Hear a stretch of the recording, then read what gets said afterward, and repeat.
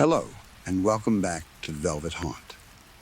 Before we begin, feel free to leave a comment and tell me where you're listening from. I love reading every single one. If you enjoy chilling tales that linger in the velvet dark, don't forget to like the video and subscribe to the channel. Turn on notifications so you never miss a new story. Now, get comfortable. Dim the lights if you dare. Relax your mind. Let the outside world fade away. And let's begin. Story 1, I am 52 years old, and I've been living in the eastern part of Pennsylvania for some time now. It has been 10 years since the war ended for me, although there are days when it feels as if I never truly came home. Some wounds heal, some turn into scars, and some stay with you no matter how much time passes. I was shot in the thigh during my service. The bullet damaged the nerves badly, and after several surgeries, the doctors told me I would probably never walk properly again. I can move my legs a little, but not enough to stand or support my own weight. Since then, I have had to use a wheelchair. For years, I lived in a high-rise apartment near the center of town. It was not a beautiful place, but it was convenient. There was an elevator, stores nearby, and enough people around that I never felt completely alone. My son used to visit me once or twice a week. Sometimes he brought groceries. Sometimes he only stayed for 10 minutes, but at least I saw him. Then, 6 months ago, he told me I needed to move. He said the apartment was becoming too expensive, and that I would be more comfortable somewhere quieter. Later, I learned that his wife wanted more privacy. My son had been using my apartment whenever they needed somewhere to stay in town, and apparently she did not like having to deal with me. Children are difficult to understand.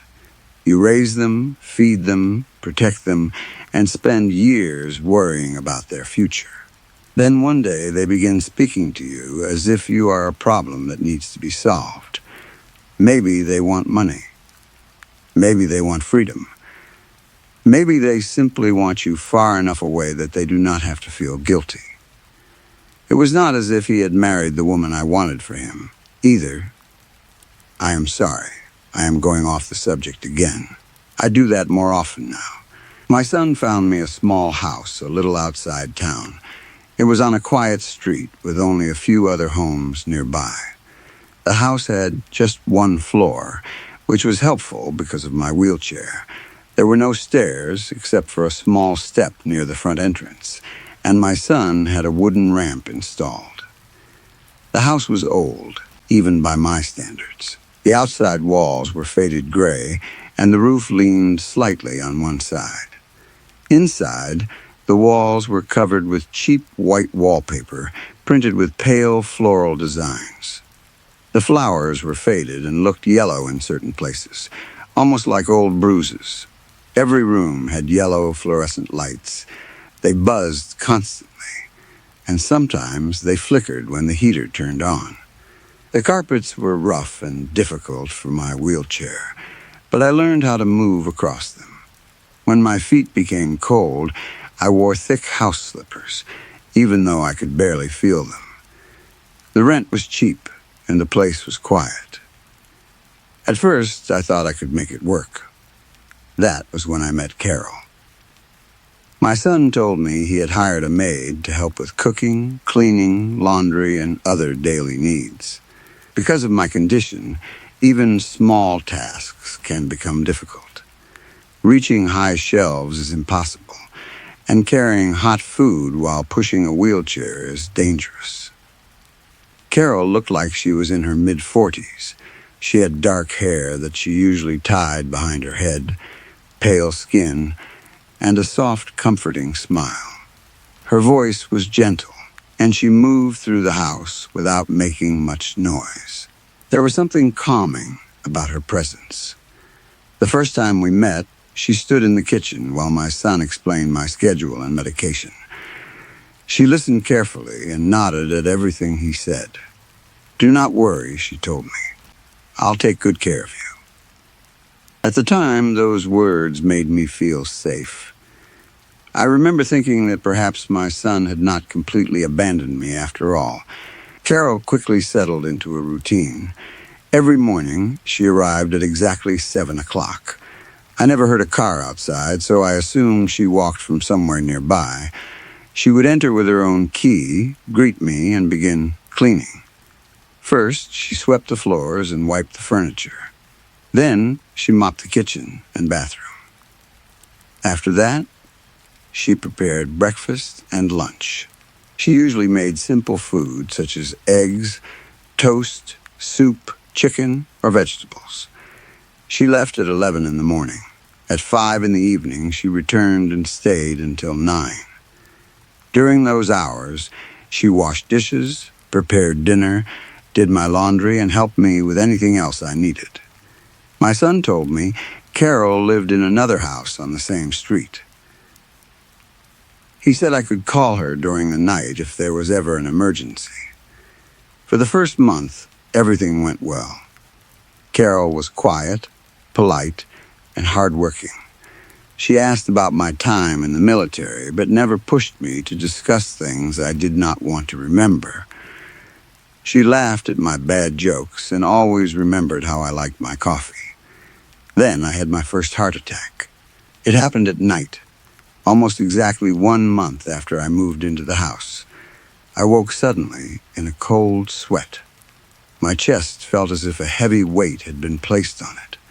Every muscle in my body tightened, and I could not pull enough air into my lungs. I tried to sit up, but pain moved through my chest and down my left arm. My vision became blurry. I reached towards the table beside the bed, searching for my phone, but my hand knocked over a glass of water instead. I gasped and tried to call for help. That was when I saw her. Carol was standing in the farthest corner of my bedroom. At least, it looked like Carol. She stood completely still, with her back almost touching the wall. She was wearing the same plain dress she had worn earlier that day. Her arms hung loosely by her sides. She did not breathe. Moonlight entered through the window and covered one side of her face.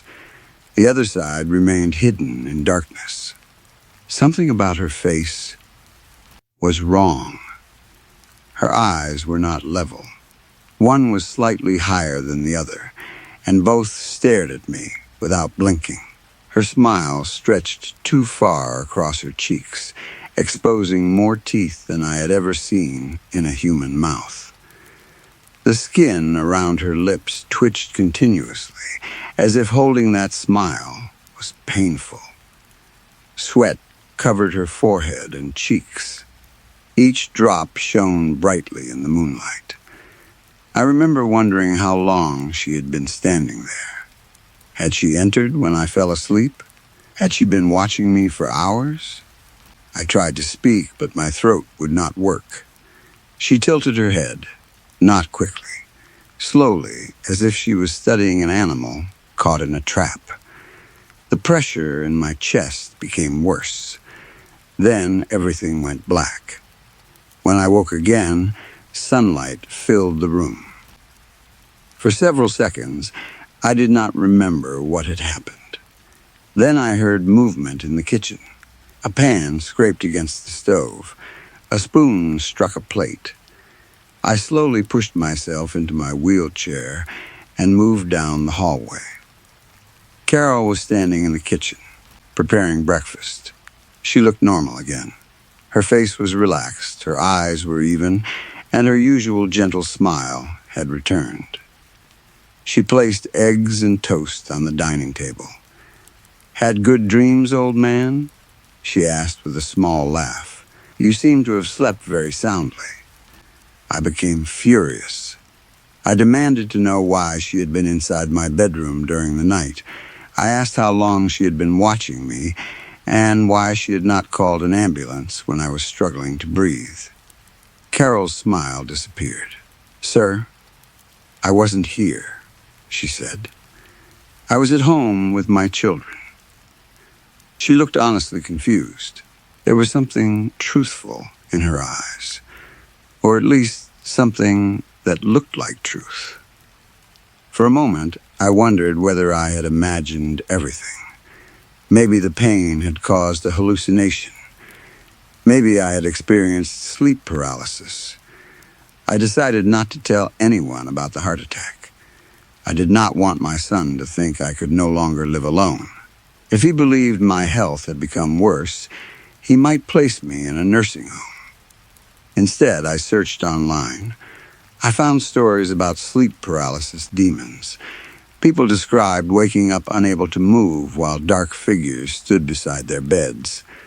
Others wrote about creatures that copied human faces. Some called them skinwalkers, although most of those stories came from places far away from Pennsylvania. None of the explanations made me feel better. Over the next few weeks, I began noticing strange patterns in Carol's behavior. Sometimes she stood in doorways and watched me without speaking.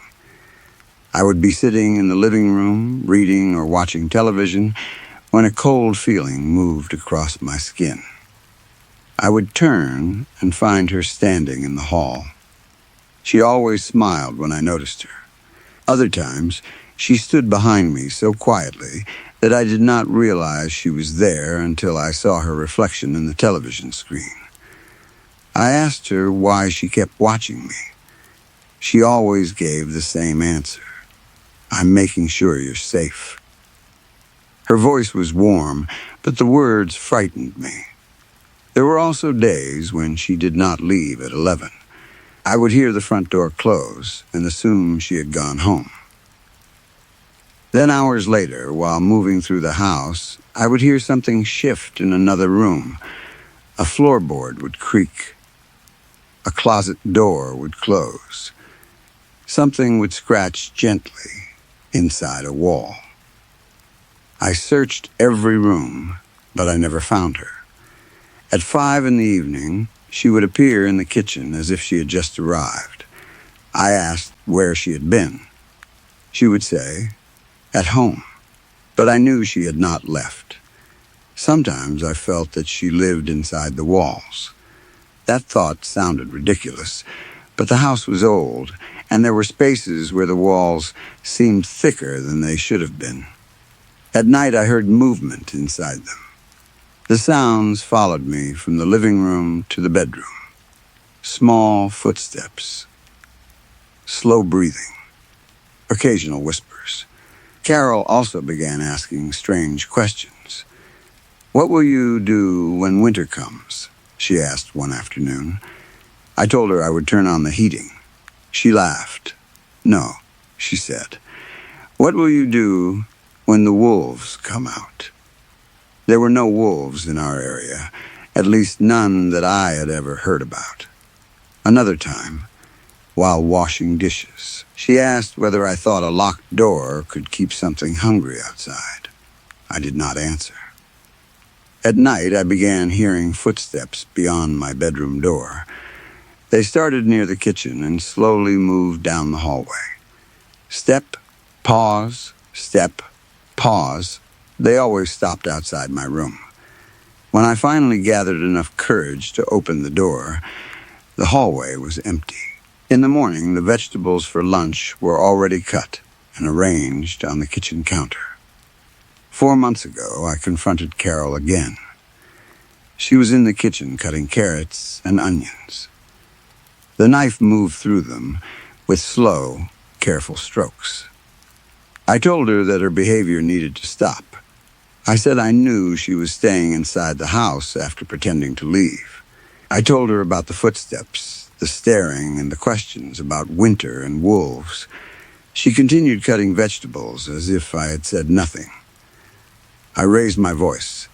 I told her I would contact the authorities and report her. Still, she did not respond. I began shouting. My words turned into small, angry screams. I hated how weak I sounded, but I could not stop. Finally, Carol stopped cutting. She kept the knife pressed against the wooden board. Then she slowly turned her head to the left. I could only see the corner of her face. Her smile appeared first. It stretched wider and wider until the skin near her mouth trembled. "They'll never believe you," she said. Her voice sounded almost childlike. Then she chuckled quietly. Before I could answer, someone knocked on the front door. Carol immediately returned to normal. Her smile became small and concerned.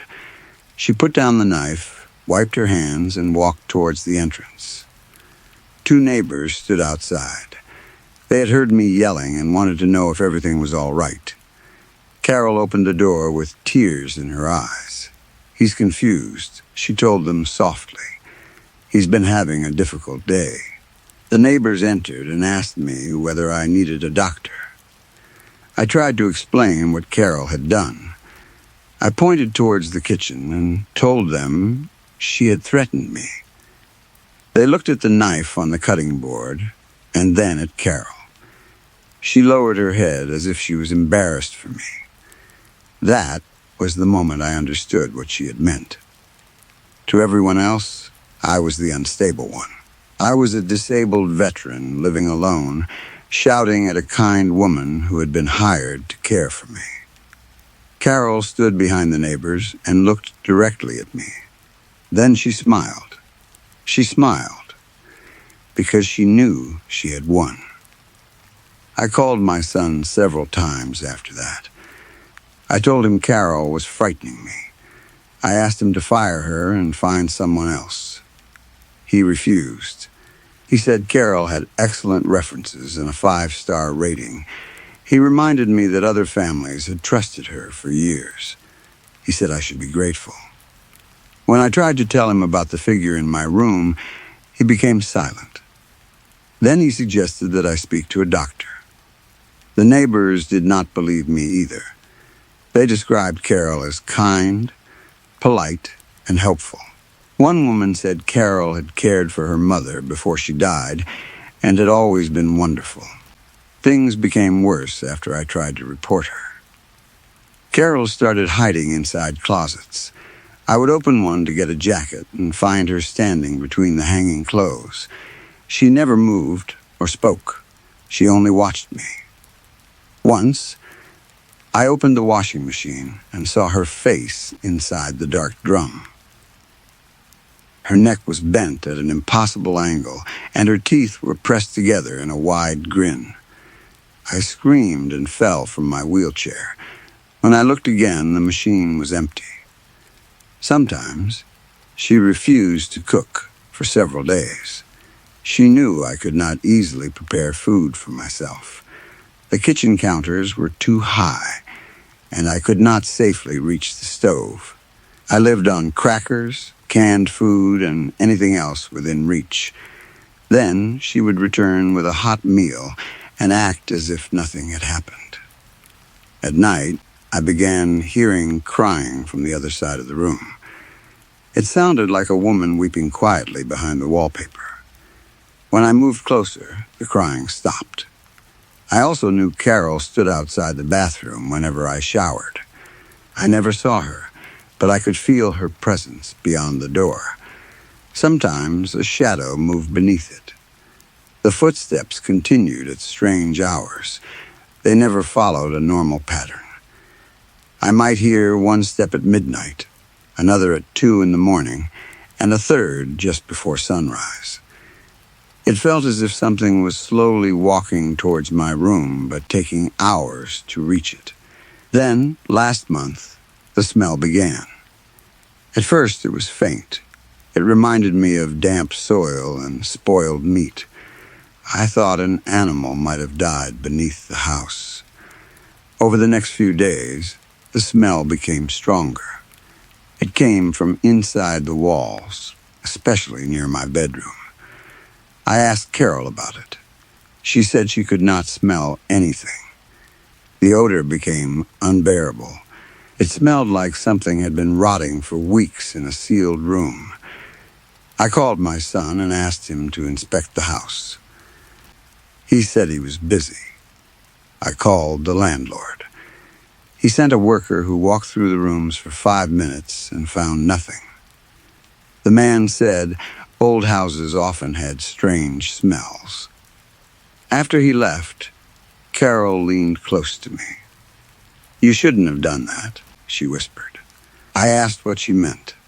She only smiled. "I am too afraid to open the walls myself. Even if I had the tools, I would not be able to use them from my wheelchair. My health has become much worse.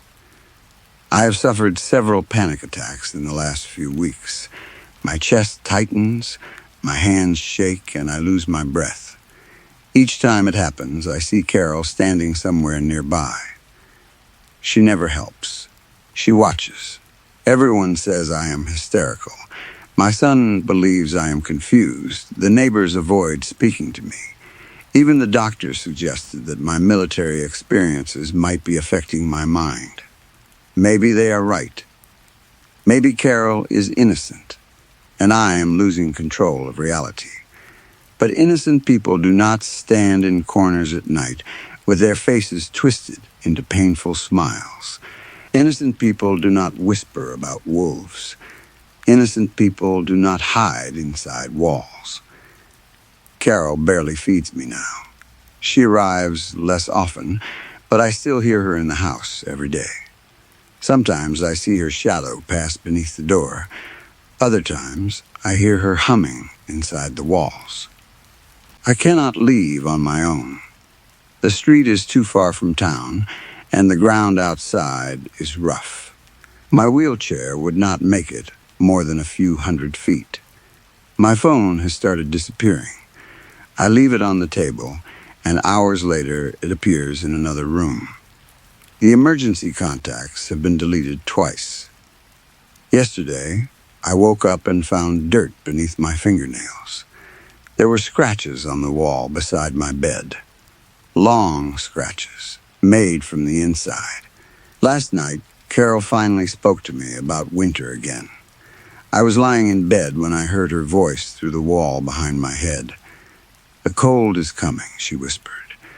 "The wolves are getting hungry." I did not answer. She laughed softly. Then something began scratching inside the wall. This morning, Carol brought me a bowl of soup. It smelled strange, and there were small pieces of dark meat floating in it. I refused to eat. She placed the bowl on the table and stood there for several minutes. "You need your strength," she said. "For what?" I asked. Her smile widened. "For when they open the wall. I am writing this because I do not know what else to do. Carol does not understand the internet. At least I do not think she does. She never uses a phone or a computer. I am hoping someone will read this and tell me how to escape. Please do not tell me to call my son. He will not listen. Do not tell me to contact the neighbors. They trust her. The police will probably believe her too. I am disabled. I am trapped in this house. I am hungry, weak, and completely alone. The smell from the wall is stronger tonight. I can hear several things moving inside it now. Not one. Several. They are scratching slowly, as if trying to find a weak place. Carol is standing outside my bedroom. I can see her feet beneath the door. She has been there for almost an hour. A few minutes ago, she knocked 3 times. Then she asked me whether I could hear the wolves breathing. I survived the war. I survived the bullet, the surgeries, and years of pain. I used to believe that surviving those things meant I was strong. Now I wish I had died over there. Death would have been kinder than this house. This is hell. Thank you for reading this. Please, kindly do whatever is necessary. Before she opens the door. Story 2. My hands are shaking so badly that I can barely press the right keys. I am sorry for any mistakes, but I do not have time to go back and correct them. To be honest, I will be lucky if I finish this at all. Still, before it is too late, I need to warn you. I need to warn everyone. I know ChatGPT looks harmless.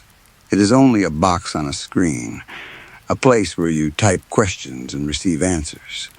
Most people use it for schoolwork, emails, recipes, or simple entertainment. It does not have a body. It cannot reach through the screen. It cannot open your door or walk through your house. At least, that is what I believed. Now I understand that words can be more dangerous than any weapon. A careless sentence followed by one thoughtless tap of the return key can destroy everything.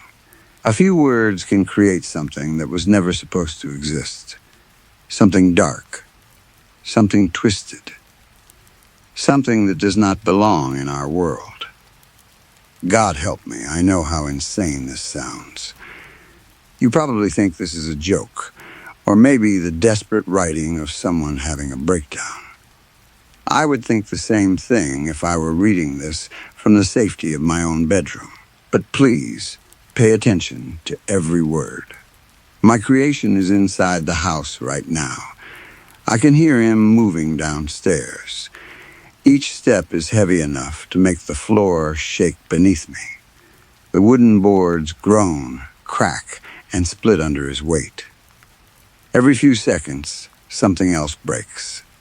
Glass bursts like gunfire. Furniture crashes against the walls.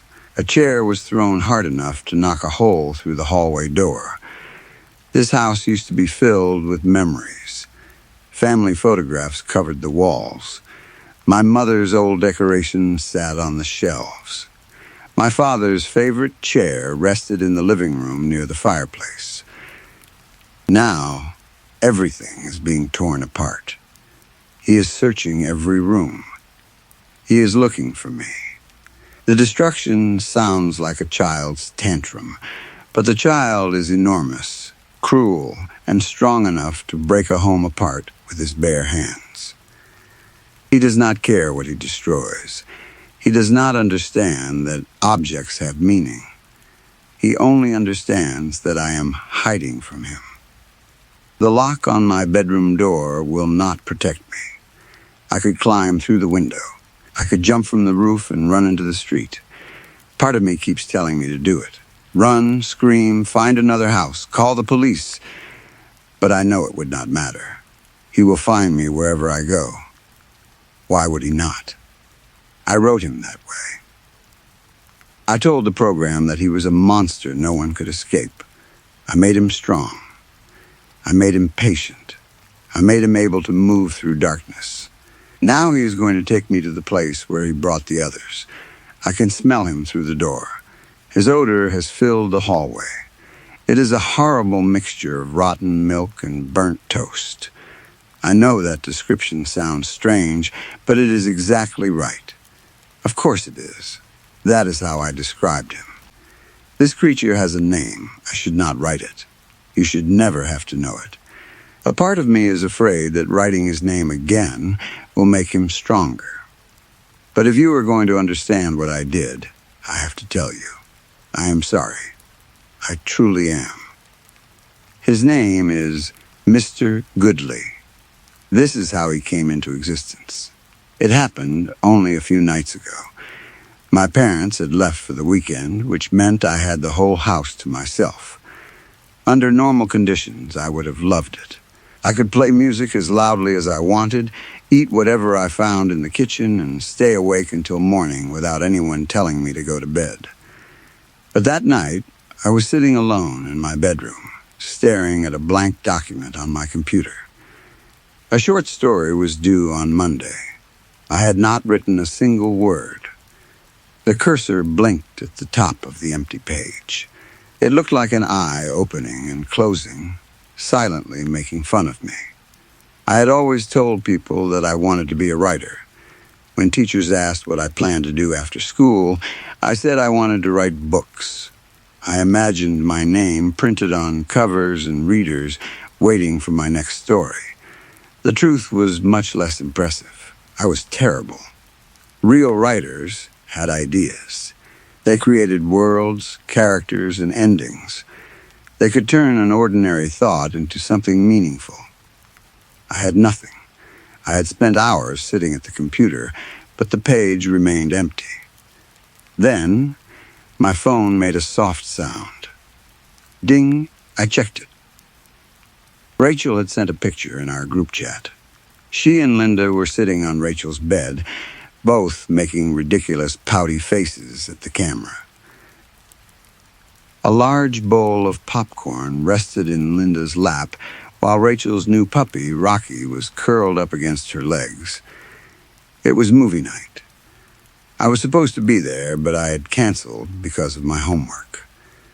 A second message appeared. Ding, are you coming? I looked back at my blank document. Then, I looked at the picture again. I knew what I wanted to do. I typed, I'll be there in a couple of hours. The only problem was the story. I needed something to submit, and I needed it quickly. That was when I opened ChatGPT. I stared at the message box for a moment before typing, "Write me a horror story." The answer appeared almost immediately. Are you looking for ghosts, slashers, or something unique? I knew using it this way was cheating. If my teacher discovered what I had done, I would probably receive an F. But I was already going to fail if I submitted nothing. At least this gave me a chance. I read the choices again and felt strangely ambitious. Something unique, I typed. Excellent choice, it answered. Let's create a monster.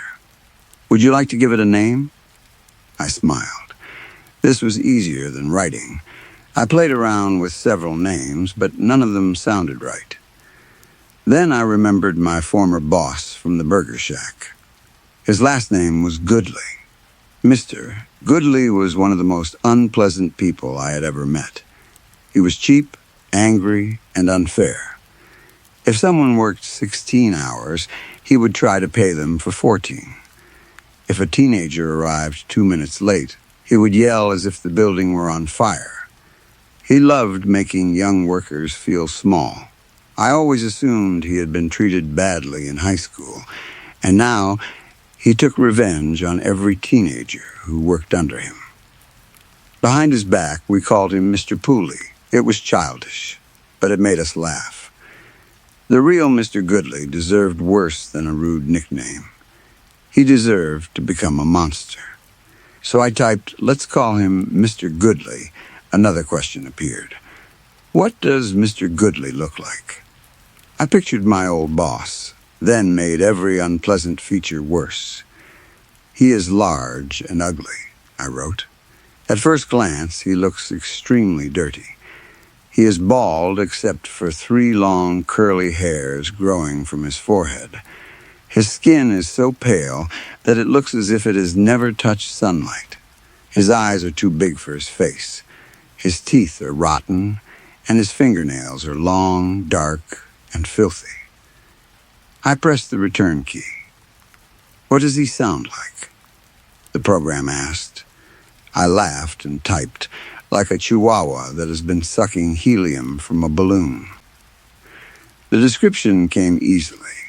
Years of working for the original Mr. Goodley had given me more than enough material. Is there anything else you would like to add? It asked. I thought for a moment, then typed, Mr. Goodley is a lonely monster. He has no family and no friends. Nobody wants to be near him because he smells like rotten milk and burnt toast. I leaned back in my chair. Every detail reminded me of my old boss, and making him into a disgusting monster felt strangely satisfying. It was almost like therapy. The cursor blinked twice. Then the program replied, How sad. He needs friends, don't you think? I frowned. No, I did not think that. Still, I waited for the story. The first lines appeared. Mr. Goodley was a sad monster from the land of monsters. More than anything in the world, he wanted a friend. Every day, he tried to meet new people. I stopped reading after the third sentence. It was terrible. It sounded like a story written for small children. I could already imagine my teacher placing a large red F at the top of the page. I typed, "This feels like a children's story. Make it scarier. Make him a monster no one can escape. Make it feel real." A new response appeared. "Real? Are you sure?" I stared at the question. It seemed strange. I had never seen ChatGPT hesitate before. It usually followed instructions or explained why it could not. It did not normally question the user like that. I should have stopped then. I should have closed the page. Instead, I typed, "Absolutely." The program took longer to answer this time. At first, nothing happened. Then, the screen flashed. Lines of strange symbols appeared and disappeared. Different fonts covered the page for less than a second. Some were too small to read. Others looked like letters from languages I had never seen. I assumed the website had crashed. My computer began humming loudly. The fan inside it spun faster and faster, even though I had only one page open. A harsh, static sound came through the speakers. I moved the mouse toward the refresh button. My finger hovered over it, ready to click. Then the story began appearing. The words arrived slowly, one letter at a time. The computer seemed to be struggling to create them, as if the request had pushed it beyond what it was designed to do. I moved my hand away from the mouse and started reading. Rachel and Linda were alone, waiting for their friend Jen. The two girls were watching A Nightmare on Elm Street. They sat on Rachel's bed eating popcorn. Neither of them was frightened. They had seen the movie at least 10 times. They laughed at Freddy's strange arms and repeated the lines before the actors said them. Everything felt safe and familiar. I stopped. Why had it used our names? My account contained my name, so I could understand why it called the main character Jen. But I had never mentioned Rachel or Linda in the conversation. I looked at my phone. Their photograph was still open. For one terrible second, I wondered if the program had somehow read my messages. Then, I told myself I was being ridiculous. Phones and computers shared information all the time. Maybe the names had appeared somewhere connected to my account. Maybe I had mentioned them in an older conversation and forgotten. I continued reading, not because I was brave, but because I was curious. But Linda and Rachel did not realize that something unfamiliar was watching them. It was not a killer from an old horror movie. It was something that had never existed before. At least, not until now. Mr. Goodley had only recently been born. There was no birthday celebration, no family, and no parents waiting to welcome him. As far as he understood, he had been the only thing inside the nothing. Now he was here, in a world filled with light, sound, and living things. Jen had invited him. My stomach tightened when I read that sentence. The story continued. Mr. Goodley watched Linda and Rachel stare at the glowing box in front of them. He had never seen light before. He hated it. It hurt his large eyes. But he liked the sounds the girls made. Laughter did not exist in the nothing. The girls would make the nothing better. I felt a cold pressure in my chest. The story no longer felt childish. It felt personal, too personal. Still, I kept reading. Linda suddenly sniffed the air. "I think your puppy had an accident," she said. Rachel wrinkled her nose and looked down at Rocky, who was sleeping in her lap. "I don't think that smell is coming from him," she answered. Rocky's ears rose. The puppy opened his eyes and began to growl. "What is it, boy?" Rachel asked. Rocky jumped to his feet and started barking at the corner of the room. Before Rachel could tell him to stop, Mr. Goodley stepped out of the shadows and grabbed Linda by the arm. I sat closer to the screen. Both girls screamed. Mr. Goodley did not like that sound, but it was better than silence. Rachel grabbed Linda's other arm and tried to pull her away. Mr. Goodley was stronger. He dragged Linda into the darkness. He took her home. I looked away from the screen. The house around me felt silent. I almost called Rachel, but I decided that would be stupid. The story was only using information it had found somewhere. Nothing was actually happening. I forced myself to read the next part. Rocky continued barking. Rachel told him to be quiet, but he refused. "Linda?" she called. No answer came. The bedroom looked empty. There was nowhere Linda could have gone. It was as though the shadows had swallowed her. Rachel picked up her phone and prepared to call the police. Mr. Goodley returned. This time, he did not come for Rachel. He came for the dog. Mr. Goodley snatched Rocky out of existence. I stared at the word "erp." It looked foolish on the page, almost funny, but I did not laugh. The next lines appeared. Rachel understood that this was not something she could fight alone. She did what any intelligent person would do. She ran. She left the bedroom and raced toward the front door. She had never moved so quickly in her life. The doorknob was almost within reach. Pow! The bowl of popcorn struck her back and shattered. Rachel fell to the floor, dropping her phone. She looked behind her. Mr. Goodley was coming. My phone began to ring. The sound made me jump so violently that my knee struck the desk. I looked at the screen. Rachel was calling. I did not answer immediately. The story had frightened me, and the timing felt impossible. Still, a voice in my head told me not to be stupid. Maybe she was calling to ask when I was coming over. I answered. "Hello?" All I could hear was heavy breathing. It sounded like someone running. "Rachel?" I asked. "Are you running?" She did not answer. I looked back at the computer. More words had appeared. Rachel grabbed her phone and struggled to her feet. She reached the front door, pulled it open, and ran into the street. She looked back. Mr. Goodley stood inside the doorway, watching her. He was far away, but Rachel did not slow down.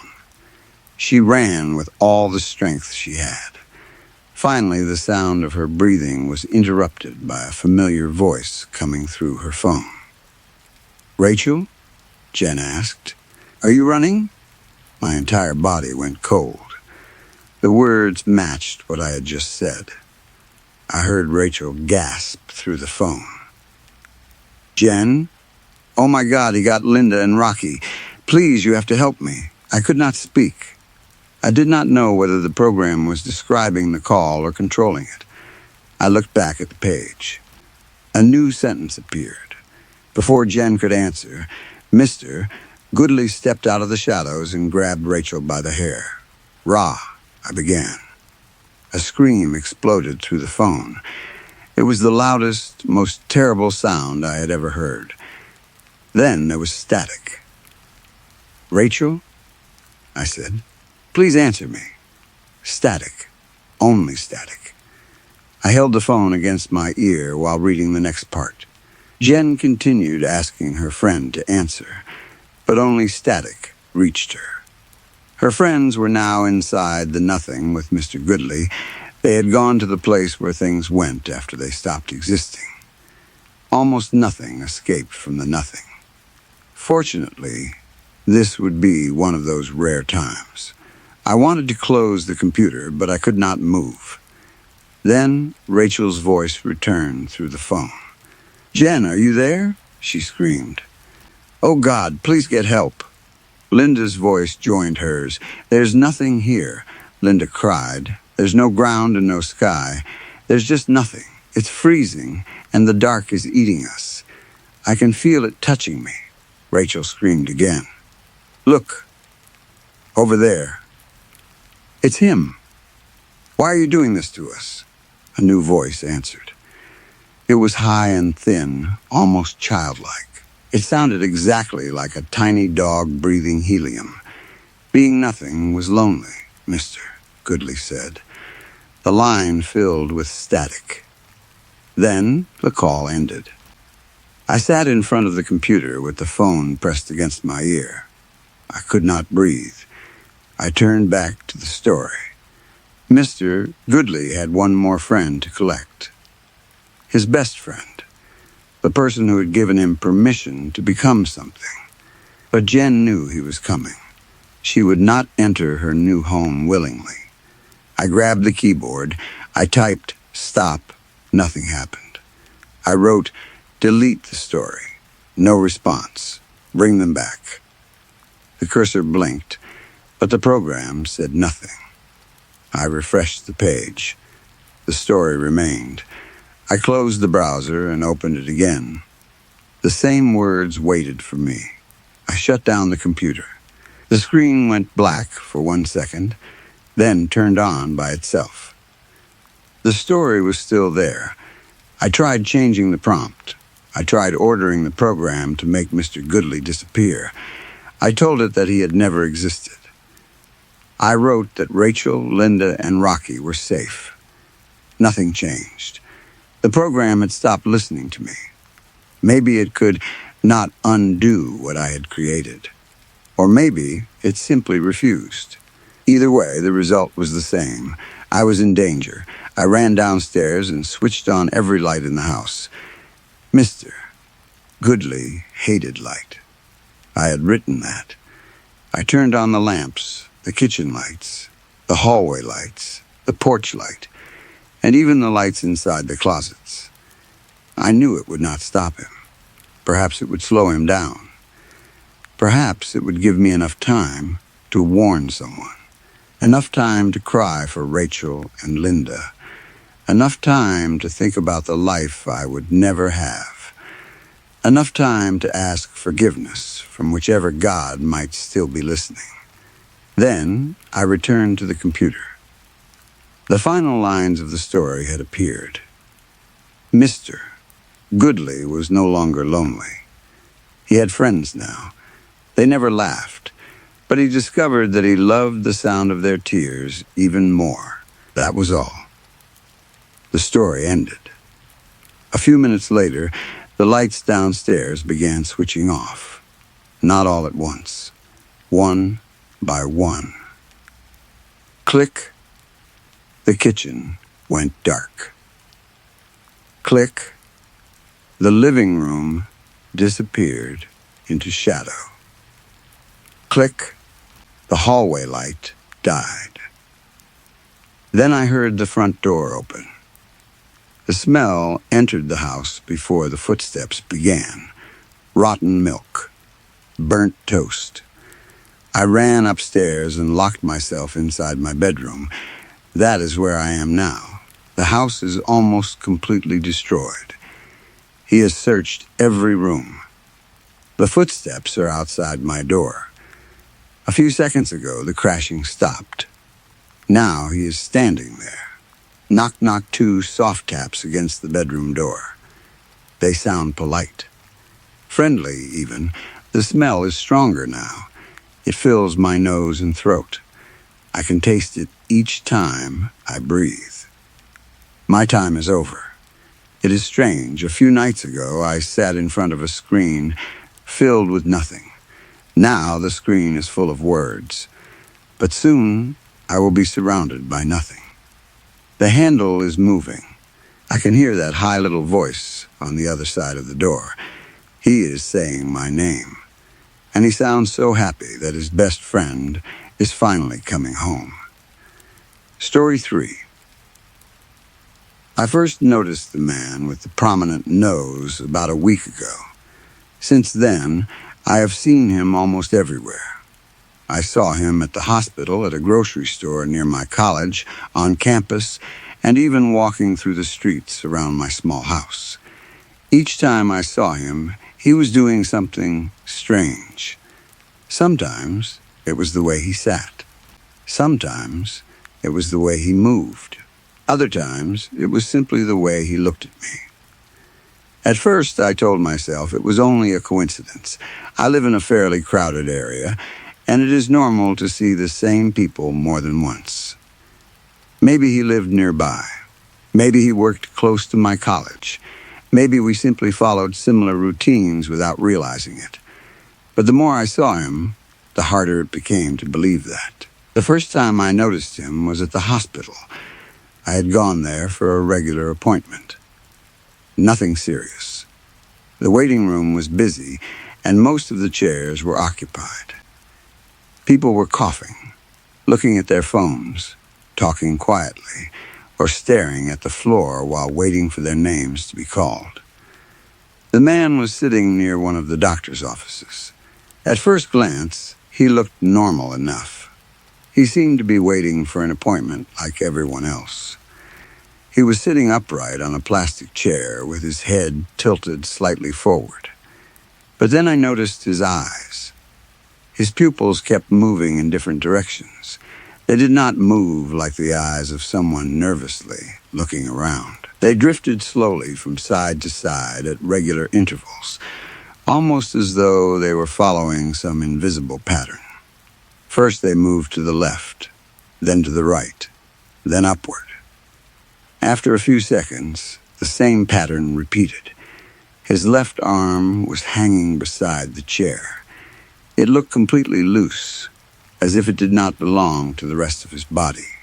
His hand almost touched the floor, and his fingers were bent into strange shapes. They were shaking constantly, not a small, nervous tremor. His fingers were jerking and twitching so badly that it looked painful. The rest of him remained perfectly still. I watched for longer than I should have. At the time, I assumed he was sick. We were in a hospital, after all.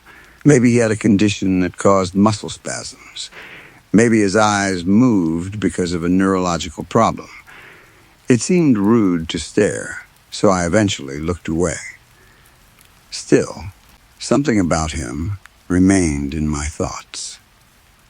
Before I continue, I should explain what he looked like. He appeared to be in his 40s, though it was difficult to tell his exact age. His face had an unusual shape.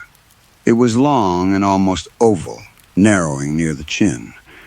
His skin was extremely pale, but not in the healthy way of someone who simply avoided sunlight. It looked faded, as though all the color had slowly been drained out of him. His eyes were black. I do not mean dark brown.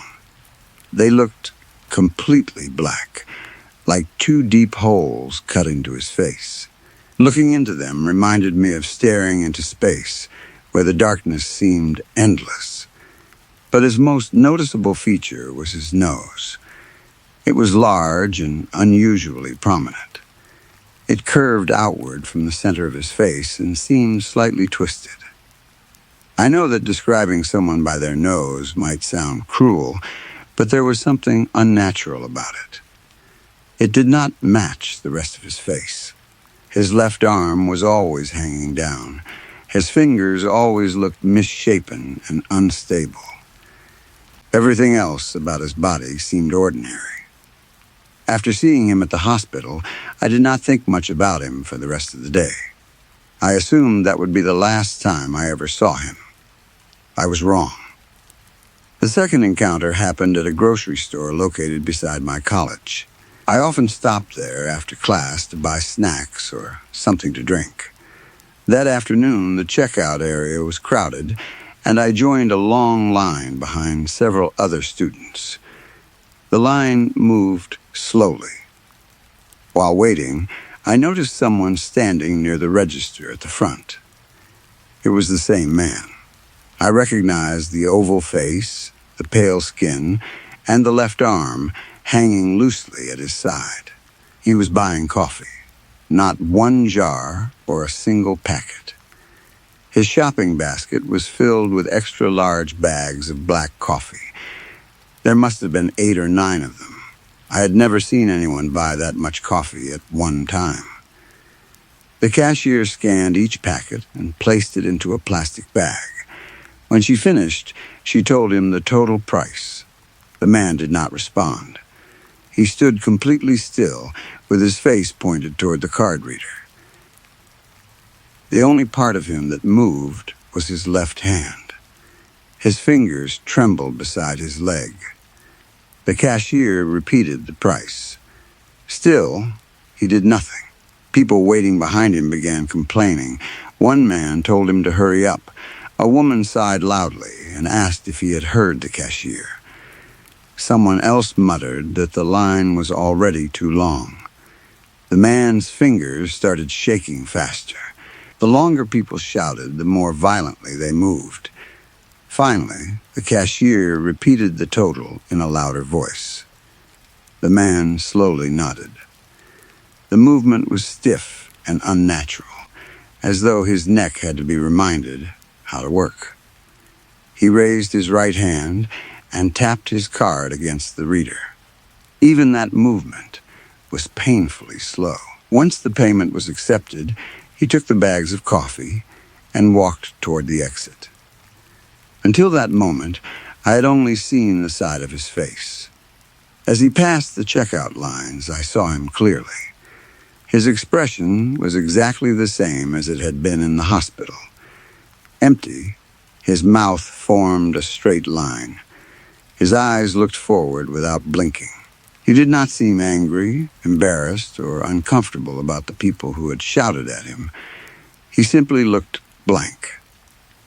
Then, just before reaching the exit, he stopped. His head turned toward me. His black eyes moved slowly over my body, starting at my shoes and traveling upward.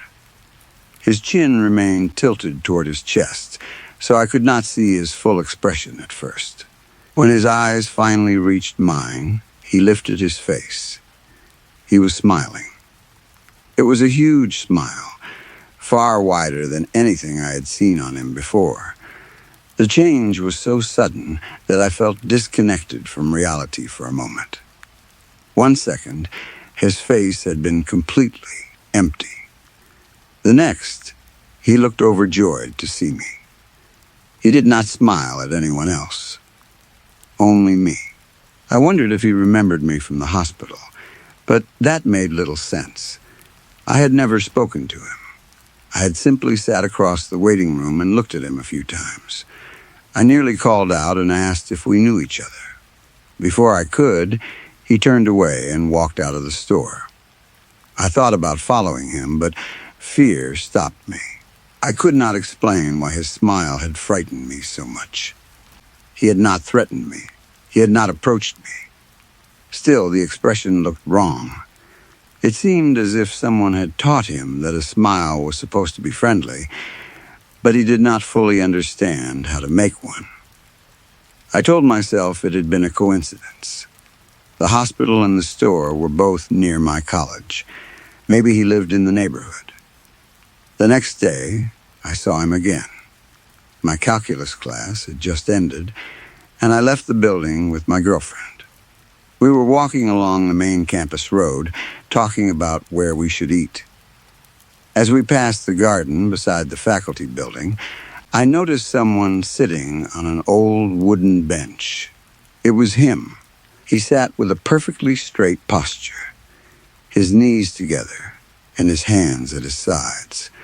His left arm hung over the edge of the bench, and his twisted fingers trembled near the ground. He was staring directly at me. The same smile stretched across his face. This time, I could not dismiss it as an accident. The hospital could have been a coincidence. The grocery store could have been another coincidence. But finding him on my campus the next day, watching me with that smile, was different. He did not look like a student. He appeared to be in his 40s, and he carried no books, laptop, backpack, or identification badge. He was simply sitting there, waiting for me. I stopped walking. My girlfriend asked what was wrong. I pointed toward the bench and told her to stay where she was. Then I walked toward the man. As I approached, his pupils began moving upward. It looked as if someone was controlling them from inside his head, carefully adjusting his vision so that he could maintain eye contact with me. His smile remained unchanged. When I stopped in front of him, I tried to hide my fear by sounding angry. "Who are you?" I demanded. He did not answer. For several seconds, the only sound was the wind moving through the trees. He continued staring at me. My anger grew. "Is this some kind of prank?" I shouted. "Did Kevin send you?" Kevin was a friend of mine who enjoyed playing stupid jokes. For a moment, I hoped he was responsible. That would have been embarrassing, but at least it would have explained everything. The man slowly opened his mouth. His smile did not disappear, even while he spoke. "You know me." His voice was quiet and dry. That sentence made me even angrier. "You've been following me," I said. "I'm calling the police." The moment I mentioned the police, his expression changed. The smile vanished. His eyes opened much wider than before, and his mouth became completely blank. His nose seemed more twisted, as though the bone beneath his skin was pushing outward. He reached toward me with his left arm. I stepped back, but he moved faster than I expected. His fingers touched my wrist. They were ice cold. The shaking was much worse than it had looked from a distance. His fingers trembled so violently against my skin that it felt like a small machine vibrating. "I will leave you," he whispered. "Do not call them." His voice sounded frightened. For some reason, I felt sorry for him. Maybe he really was sick. Maybe he was confused and had mistaken me for someone else. Calling the police might have made the situation worse. I reached toward his right hand. I do not know why I did it. I think I was trying to show him that we had an agreement.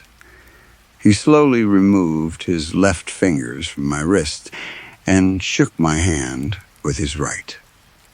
His grip was weak. I returned to my girlfriend, and we left immediately. When I looked back, he was still sitting on the bench. His smile had returned. He watched us until we disappeared around the corner. After that, I saw him several more times at grocery stores near the college. He always bought the same thing: coffee, large amounts of strong black coffee. Sometimes he carried several jars. Other times his basket was filled with large packets. But he no longer stared at me. He behaved as though I did not exist. He never smiled at me or followed me through the aisles. He simply bought his coffee and left. That made me believe our agreement had worked. Maybe he had understood that I wanted to be left alone. I still found his behavior strange, but as long as he did not bother me, I decided not to bother him. A few days passed. Then I had the nightmare. In the dream, I was standing in a dark basement. The room seemed medium-sized at first, but I could not see the walls clearly. There were no windows, and the darkness was so thick that I could barely see my own hands. The air smelled damp and old. I turned in circles, searching for stairs or a door. Eventually, I noticed a narrow beam of light in the distance. I started walking toward it. No matter how long I walked, the light did not come closer. I moved faster. The basement stretched far beyond what should have been possible. My footsteps echoed around me, but I could not tell where the echoes ended. After what felt like several minutes, the light disappeared. The darkness became complete. Then I heard something near the floor, a deep, quiet grunting sound. It came from somewhere directly in front of me. I bent down, trying to see what was making it. Before I could touch the floor, someone grabbed me from behind. Two hands locked around my shoulders. I stood up so quickly that pain shot through my back. The person began shaking me. One hand held me normally. The other trembled uncontrollably. I knew who it was. I could not see his face, but I felt his breath against the side of my neck. His mouth was open, and warm air flowed from it. "Tomorrow is the day," he whispered. I woke up in my bed. My clothes were soaked with sweat, and my heart was beating so hard that my chest hurt. For several minutes, I remained completely still. I looked toward the dark corners of my bedroom, expecting to see him standing there. There was nothing. By morning, I had convinced myself that the nightmare meant nothing. I had been thinking about the strange man for days. So naturally, he had appeared in my dreams. It was only my unconscious mind creating another frightening image. That was what I believed until the following night.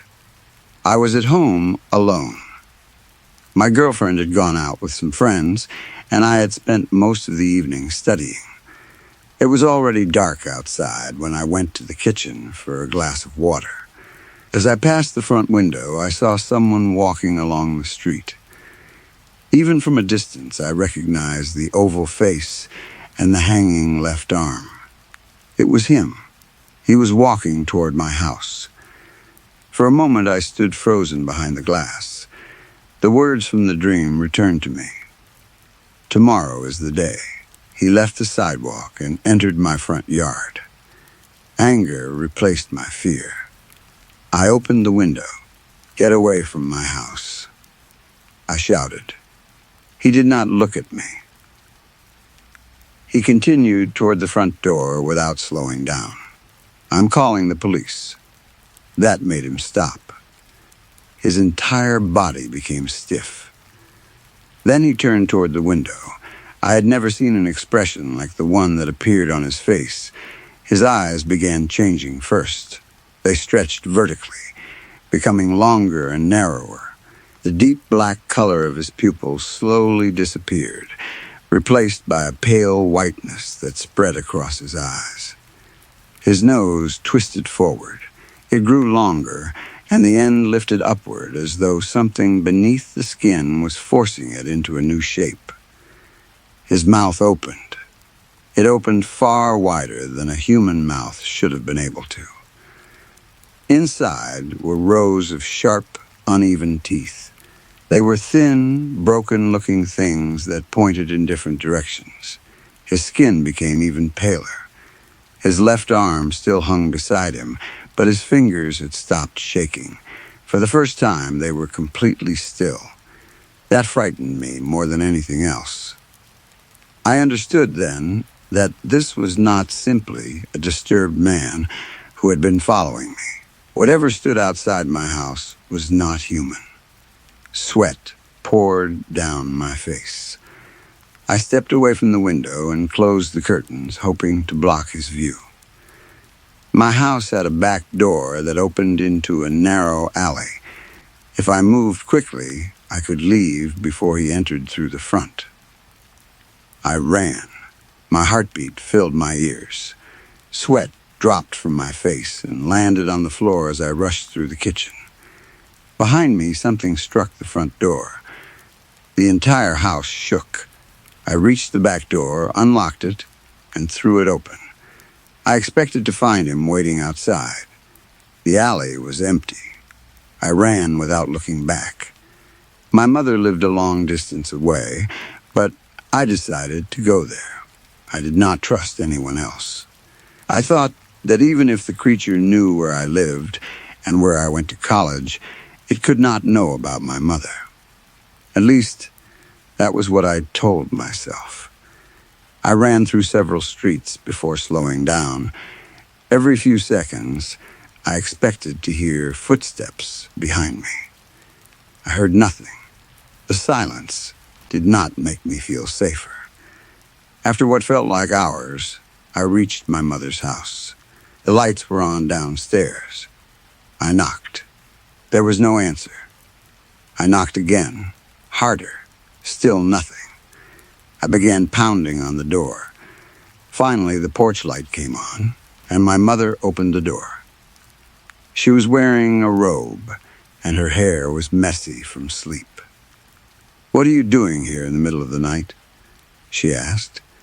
I wanted to tell her the truth. I wanted to explain everything about the man, the dream, and what I had seen outside my house. But the story sounded impossible. Instead, I lied. "I broke up with my girlfriend," I said. My mother's expression softened. She invited me inside. As we walked toward the living room, she began telling me that relationships sometimes ended and that I would feel better after getting some rest. We sat on opposite sofas. At first, the conversation went well. She asked what had happened, and I invented a story about an argument. But I think she knew I was lying. I kept checking my heartbeat and wiping sweat from my forehead. I looked toward the windows every few seconds. Her voice became quieter. Then I noticed a framed photograph on the shelf behind her. I had seen many family pictures in that room before, but I did not remember this one. It showed a large group of people standing inside what looked like a meeting hall. There were dozens of them. At first, I assumed it was from some organization, celebration, or work event.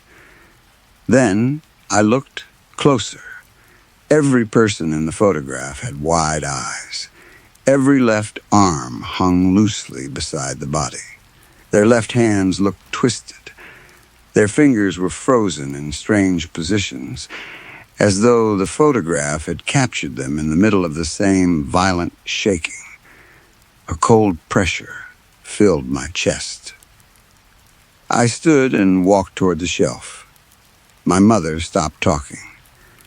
I lifted the photograph. Near the center stood my parents. They looked much younger than they did now.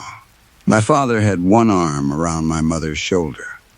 Both of them were smiling. Around them stood the strange people with their hanging arms and wide eyes. Then I saw him. He was standing only a few feet behind my parents. His face looked exactly the same.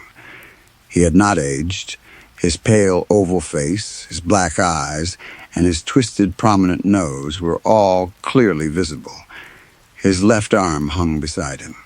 He was wearing that same terrible smile. I stared at the photograph. My mother was no longer trying to comfort me. When I looked at her, her face had become pale. She was staring directly into my eyes. Her expression was filled with fear. "What is this?" I whispered. She did not answer. I pointed toward the man. "Who is he?" My mother's lips began to tremble. Her eyes slowly moved toward the photograph. For a moment, neither of us spoke. Then I noticed her left hand. It was hanging beside the sofa. Her fingers began to shake. Story 4. Do you have any idea how many pieces of luggage get checked onto flights around the world every year? About 4 billion. Let me say that again. 4 billion bags. Now, out of all those bags, do you know how many are lost, damaged, delayed, or otherwise mishandled by airlines in the United States alone? Around 2 million. I will not repeat that number, but it is still a whole lot of luggage. Most of those suitcases, backpacks, and rolling bags eventually make their way back to their owners. Airlines track them down, call the passengers, and send the bags where they are supposed to go. But every year, more than 20,000 pieces of luggage are never claimed. That does not even include the bags people forget on buses, trains, taxis, or in hotel rooms. So where does all that lost luggage end up? Most people have no idea. But when you grow up in northeastern Alabama, you know exactly where some of it goes. The Unclaimed Baggage Center. Around Scottsboro, we just call it unclaimed baggage. Every year, thousands of customers walk through the doors looking for cheap clothes, cameras, electronics, jewelry, watches, and just about anything else you can imagine. People come from all over the country hoping to find something valuable for almost nothing. Before any of those items reach the sales floor, however, they come through people like me. I work in intake. Whenever a truck full of luggage arrives, we are the first workers to touch it. We unload the bags, record them, sort them, and decide what can be cleaned and sold. Damaged or useless things are thrown away. Personal documents are destroyed or sent to the proper authorities. Anything valuable goes to another department. Most of the bags are boring. You might think opening lost luggage all day would feel like searching through buried treasure. But most of the time, it is just dirty shirts, underwear, phone chargers, paperback books, and half-used bottles of shampoo. Sure, once in a while we find something strange. We have found wedding dresses, bowling balls, musical instruments, artificial limbs, and even a taxidermied squirrel. But those are not the bags I am talking about. Some bags get flagged, not because they contain drugs, guns, or anything else that obviously belongs with the police. They get flagged because they contain things nobody can explain. Ask anyone who has worked in intake long enough. They will have a story. My friend Tammy once found a passport from a country called the Republic of Veer. The country does not exist. She checked maps, databases, and government websites. Nothing. But the passport looked completely real. It had official stamps, security markings, and even a flag printed inside. Cody, another guy I used to work with, swore on his mother that the same blue Samsonite suitcase arrived every Christmas. Not the same type of suitcase. The exact same one. It had the same cracked handle, the same missing wheel, and the same four-leaf clover sticker peeling from the side. Every year, someone processed it, emptied it, and sent it away. Then, the next December, it came back. One year, it was filled with women's wigs. The year before that, it contained nothing but empty picture frames. Cody was strange, though. He moved away after the thing with the postcards. Nobody likes talking about that. My own story started with Flight 702. Well, that is not completely true. It started with a suitcase. I did not learn about the flight until later. It was July, and the heat was brutal. The air was so humid that my shirt was stuck to my back before I had even finished my morning coffee. I was working near the receiving dock when a truck backed into Bay 4. The driver was Trey, an old friend of mine and, unfortunately, a loyal Auburn fan. While we unloaded the truck, I reminded him that the Tigers did not stand a chance against Alabama that season. He told me to shut up and focus on my job. We argued about football for a few minutes, and then I rolled the first pallet of suitcases into the building. The process was always the same. I assigned each bag a lot number, printed a sticker, placed it on the side, and lined the bags up for the next worker. I had already handled several when one suitcase caught my attention. It was a small roller bag, seafoam green. It looked like it belonged to a child. There was nothing unusual about the color or size. I had seen thousands like it. What made me stop was the condition. The bag was almost destroyed. It looked as if a pack of wild animals had used it as a toy. Deep scratches ran down one side. Parts of the fabric had been torn open, and dark, rust-colored stains covered the wheels. Airlines damage luggage all the time. Handles break, wheels snap off, bags get crushed under heavier suitcases. But this did not look like normal damage. I set the suitcase on my work table and tried the zipper. It would not move. Something dark and hard had dried around the metal teeth, sealing them together. I pulled harder, but the zipper stayed closed. Finally, I grabbed a pair of cutters and made a new opening along the damaged seam. As soon as I pulled the bag apart, a stale, metallic smell escaped from inside. At first, the contents looked normal for a child. There were pajamas, books, socks, and a stuffed unicorn. Then I found the camera. It was a cheap little digital camera decorated with unicorn stickers. The plastic was pink and purple, and one side had been scratched badly. I pressed the power button. The screen came on. You might think I was being nosy. That would be fair. But you would be surprised how many times we can identify the owner of a bag through a small detail in a photograph. Maybe there is a school name on a shirt, a house number in the background, or a child's name written inside a coloring book. Sometimes those details help reunite people with important belongings. Also, I am nosy. The first picture showed a young girl smiling directly into the camera. She could not have been older than 8. She had brown hair, bright eyes, and a wide smile with a gap where one of her front teeth was missing. The next photo had been taken from the back seat of a car. A middle-aged man and woman sat in front. Their eyes were focused on the road.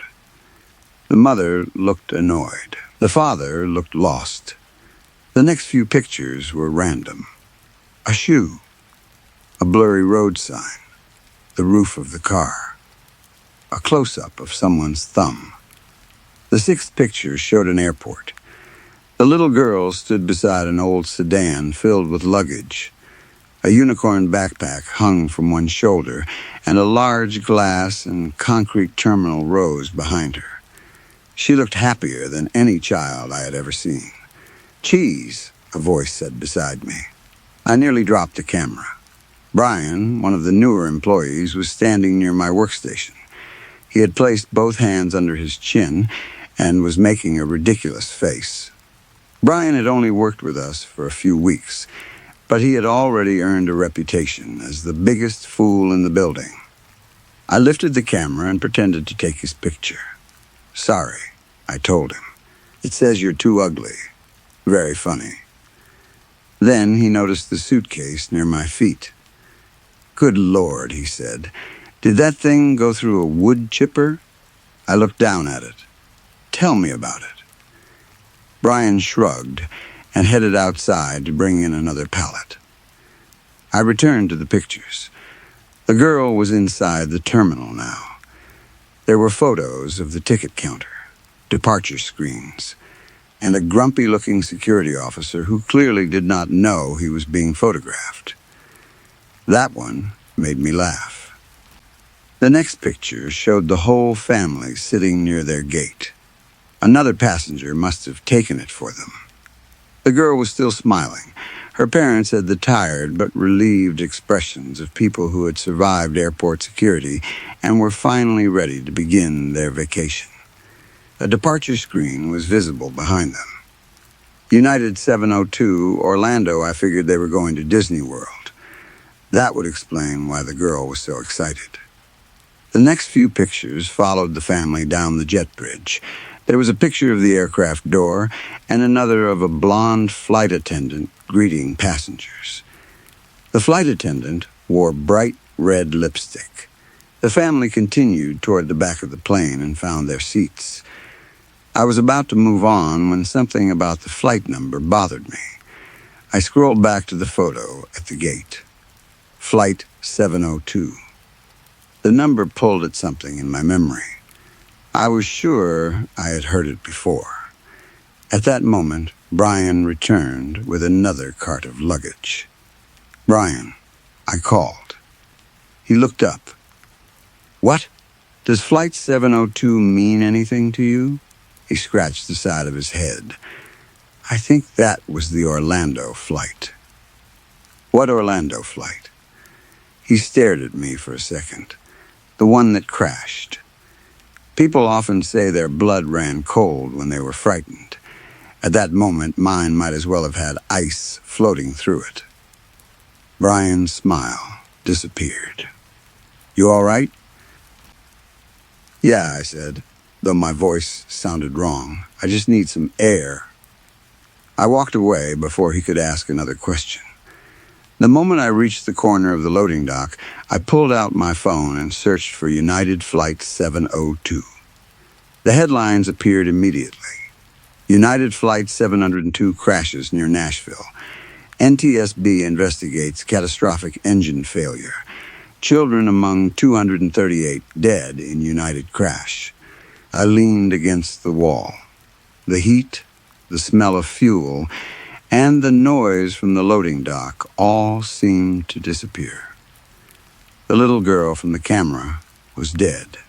Her parents were dead. Every passenger and crew member aboard that plane had died. Then another question came to me. A question that made my stomach twist. Why was their suitcase in our warehouse? I found my supervisor, Shelley, in the break room, fighting with the coffee machine. Hey, Shell. Go for Shell. Is there some kind of process for when we receive bags from? My voice faded. Shelley looked over her shoulder. When we receive bags from what?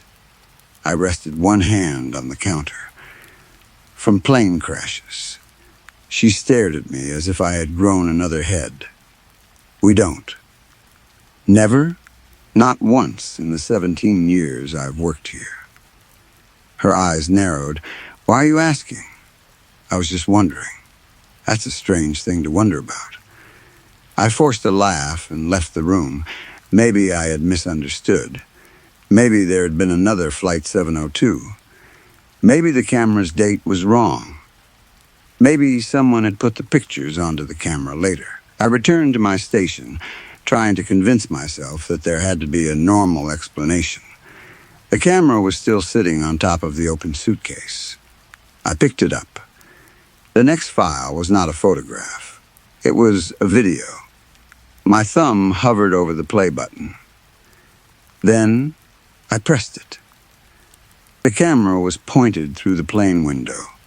The runway moved faster and faster until the aircraft lifted into the sky. Whoa, the girl shouted. Hearing her voice made my chest tighten. The camera swung toward her parents. Her father smiled, winked, and said, "Hold on to your butt." The girl laughed. The video ended. I should have stopped there. Instead, I played the next one. The girl was inside the airplane bathroom. She waved at herself in the mirror, then turned the camera toward the toilet. She pressed the flush button. The air made a loud whooshing sound, and she giggled. Watching the final hours of a dead child's life felt wrong. It felt like I had opened someone's private diary. I wanted to tell her to go back. I wanted to warn her. Part of me almost believed that if I shouted loudly enough, she might somehow hear me through the screen. The next video continued as she opened the bathroom door. The camera moved through the rear galley. Then a rough cough caused the girl to turn. The blonde flight attendant with the red lipstick was sitting in a jump seat. She was bent forward with a paper towel crushed in one hand. "Are you okay?" the girl asked. The flight attendant looked up. "Yes, I'm fine. Just a little air sickness." She forced a smile. "Do you like chocolate milk? We're starting drink service soon." The girl must have nodded because the flight attendant smiled again. Then the video ended. More photographs followed. Clouds, the seat belt buckle, the airline magazine, the back of the seat. Each time I pressed the button, I hoped I had reached the end. But there were more files. I could not stop looking. Another video began. The girl's parents were asleep in the seats beside her. The camera turned toward the front of the cabin. Rows of passengers sat quietly. Most were watching screens or reading. The blonde flight attendant was moving down the aisle with the drink cart. When she reached the girls' row, she pulled out a carton of chocolate milk. "Just for you," she said. The camera zoomed in on the carton. "Thank you," the girl replied. Then the camera moved back toward the flight attendant's face. That was when I saw the blood. A thin red line ran from one of her nostrils and down toward the corner of her mouth. She did not seem to notice. "Your nose," the girl said. The flight attendant frowned. She touched her face, then looked at her fingers. They were red. For 1 second, the woman looked truly terrified. She grabbed a napkin from the cart, pressed it under her nose, and quickly moved back up the aisle. What the hell? I replayed those final seconds. The blood, her frightened expression, the way she left so quickly. A strange feeling began forming in my stomach. Then a foam football struck my shoulder. Blue 42. Brian was crouched beside a duffel bag filled with sports equipment. He threw another bad pass toward me, and I knocked it away. "I hit you right in the hands," he said. "You have to catch that." "Not now." He noticed the camera. "You're still playing with that thing?"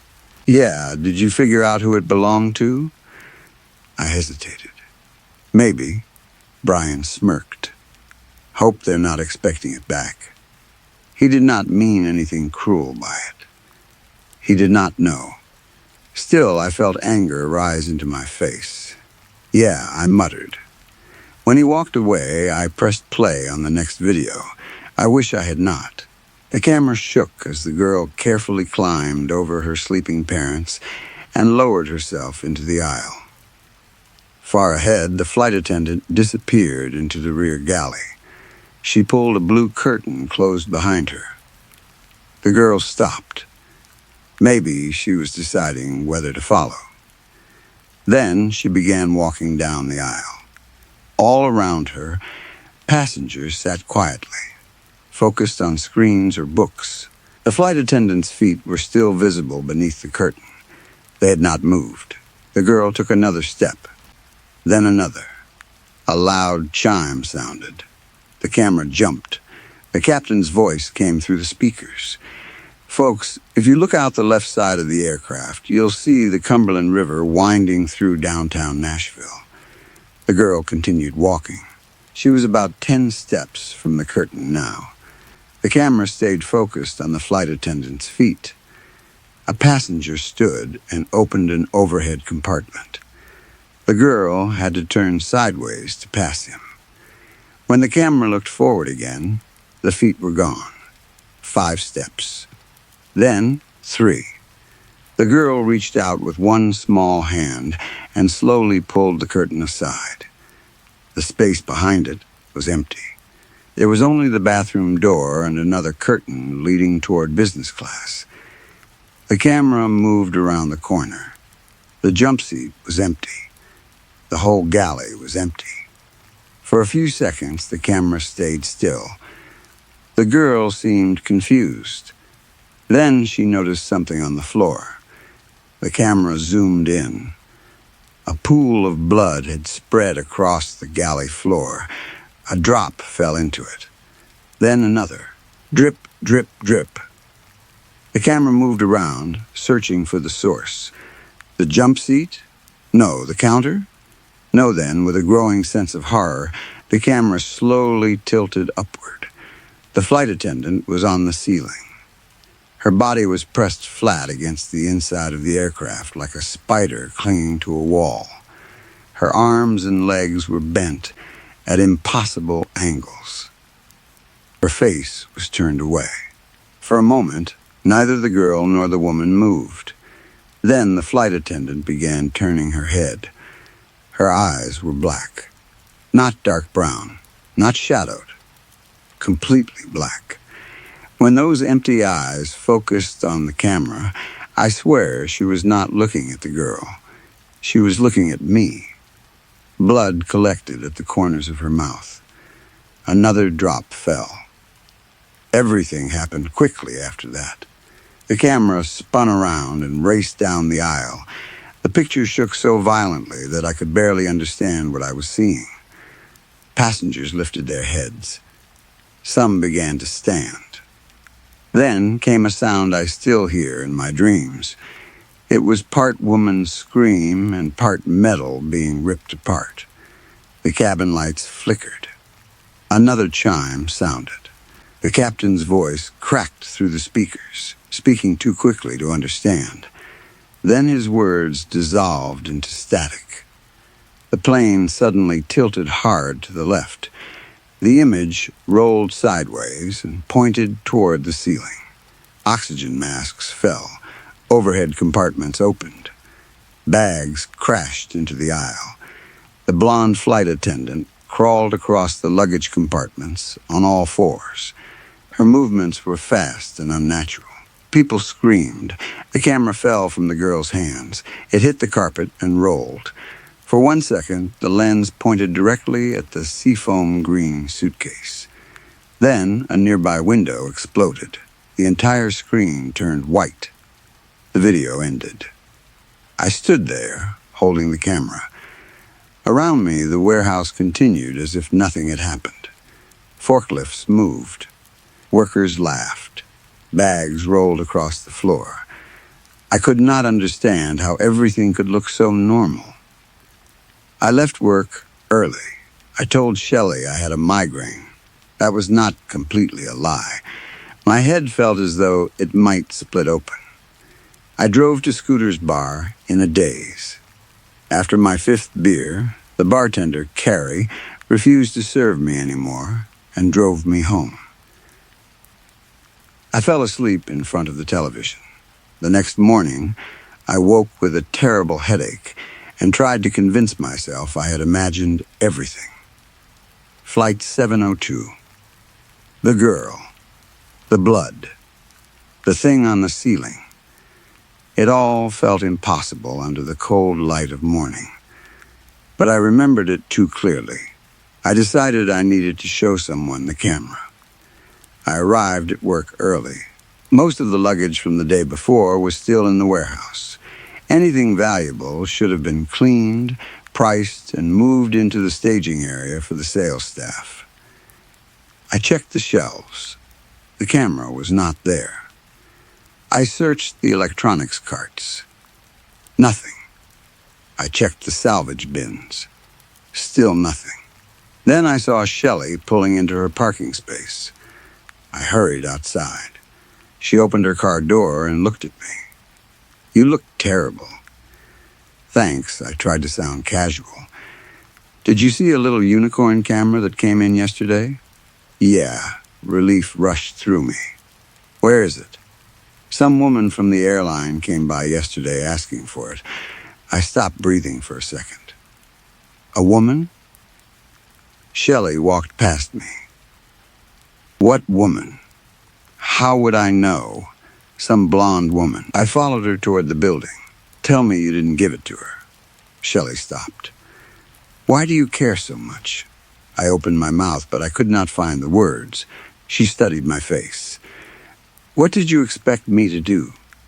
She said the camera belonged to her. The poor woman sounded terrible, so I gave it back. "Terrible how?" Shelley started walking again.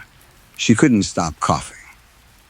I stayed where I was. My legs would not move. Shelley reached the warehouse door and pulled it open. Strangest thing was, she didn't even ask whether the camera still worked. I looked up. She only wanted to know if anyone had watched it. My mouth went dry. "What did you tell her?" Shelley held the door open. "Brian said you had been looking through it." Then she shrugged. "So I told her you had." Story 5.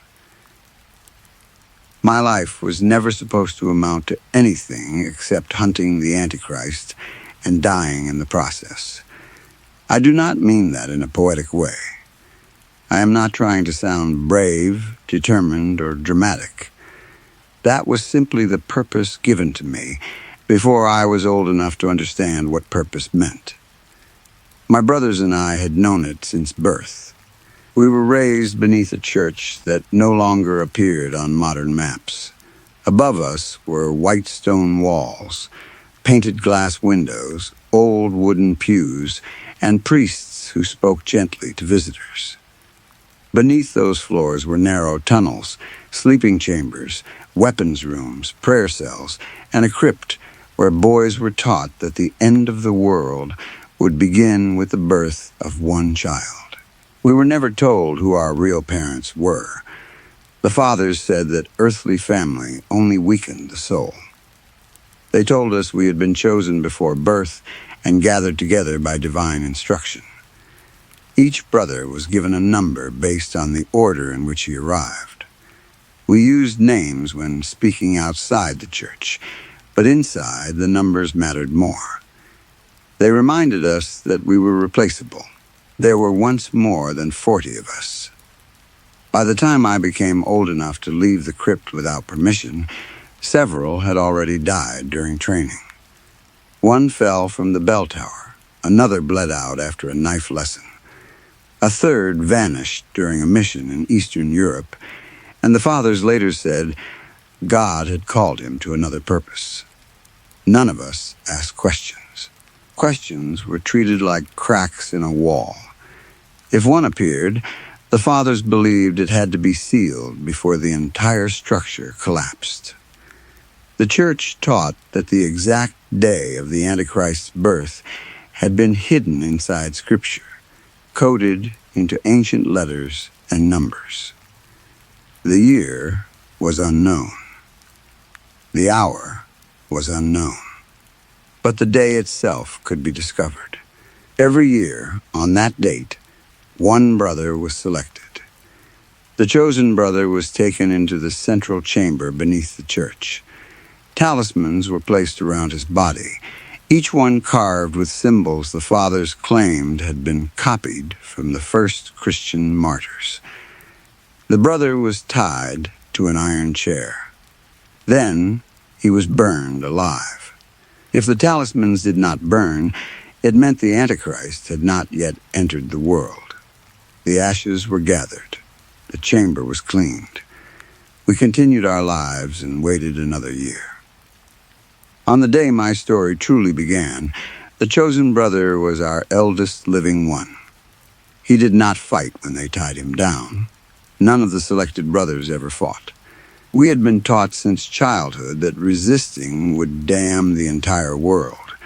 He stared at us through the smoke while the flames climbed over his clothes. His screams echoed through the crypt. The fathers prayed louder to cover them. At first, the talismans remained untouched.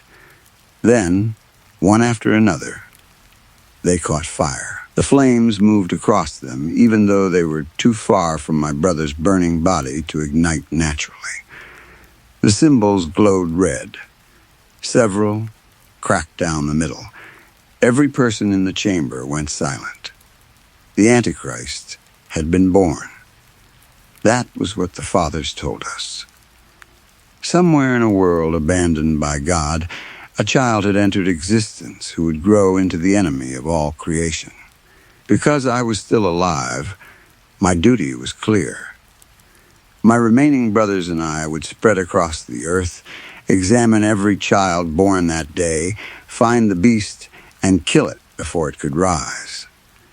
"Arm yourselves and set forth," one of the fathers shouted. "Now is the hour of reckoning. We must make haste before the beast strikes the church." The brothers moved at once. Metal boxes were opened. Pistols, knives, documents, money, and religious clothing were distributed. We had trained for that morning our entire lives. Anthony, my 32nd oldest brother, walked beside me as we climbed the stone staircase out of the crypt. "Where do you think the beast was born?" he asked, nudging me with his elbow. "America," I answered with false confidence. Anthony laughed.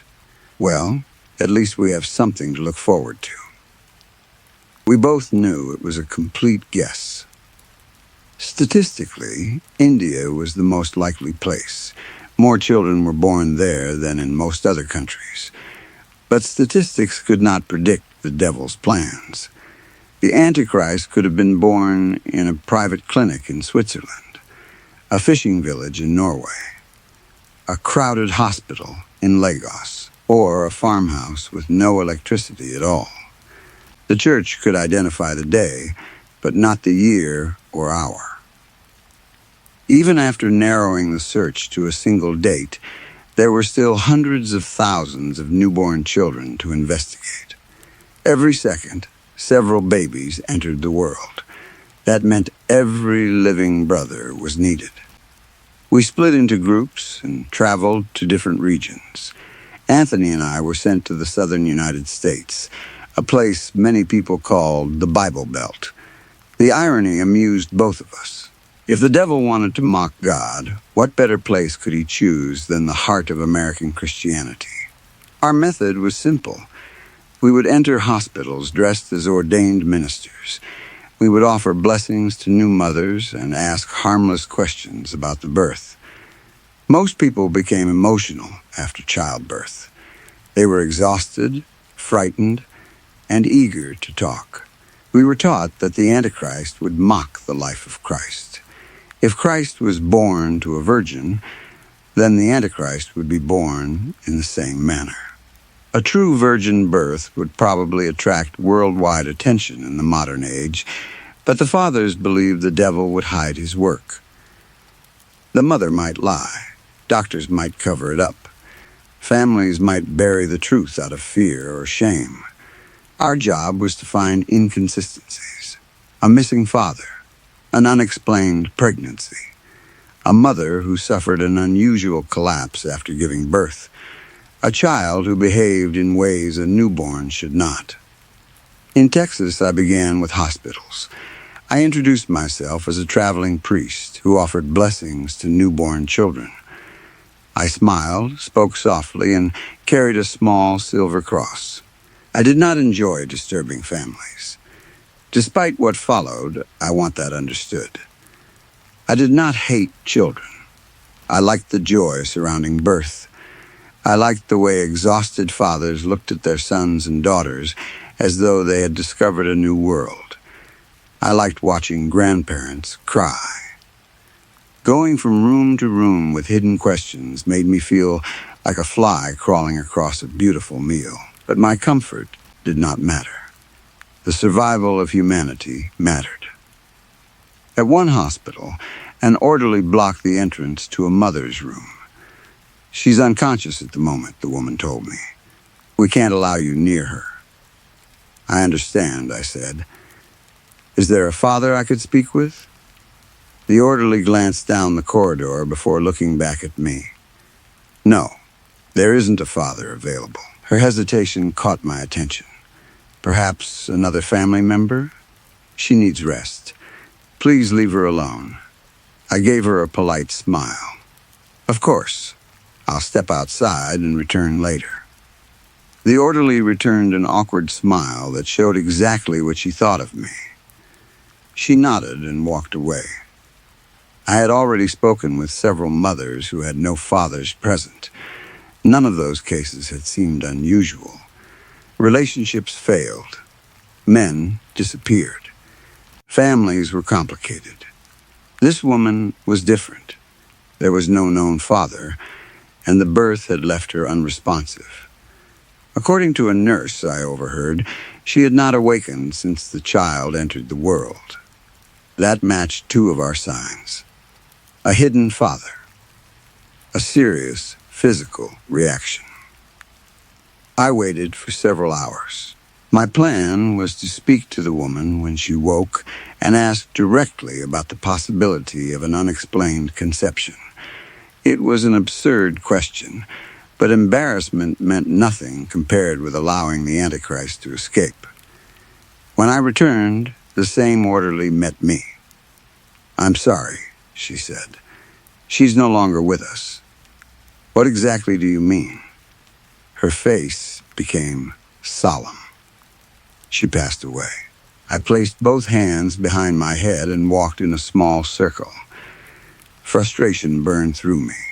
"Fine," I said. "Then tell me where she lived. I can speak to the family." "Sir, I don't think you understand." "I don't understand?" I snapped. "No, you don't understand. This is a matter of serious importance, and you keep wasting time." The orderly did not seem frightened by my outburst. "I'm going to ask you to leave." Security arrived before I could learn anything else. The child was moved before I found a way back into the hospital. It was another failed trail. I left the city and traveled through long stretches of empty Texas land. The road passed miles of dry fields, abandoned buildings, and untouched desert. The heat made the horizon tremble. Eventually, the taxi entered a town so ordinary that a traveler could forget it before leaving. There were a few shops, a petrol station, a small church, and houses with sun-faded paint. Someone driving through would look out of the window, see nothing more than streets and low buildings, and immediately return their attention to the road. What that driver would not know was that the end of the world might be hidden in one of those houses.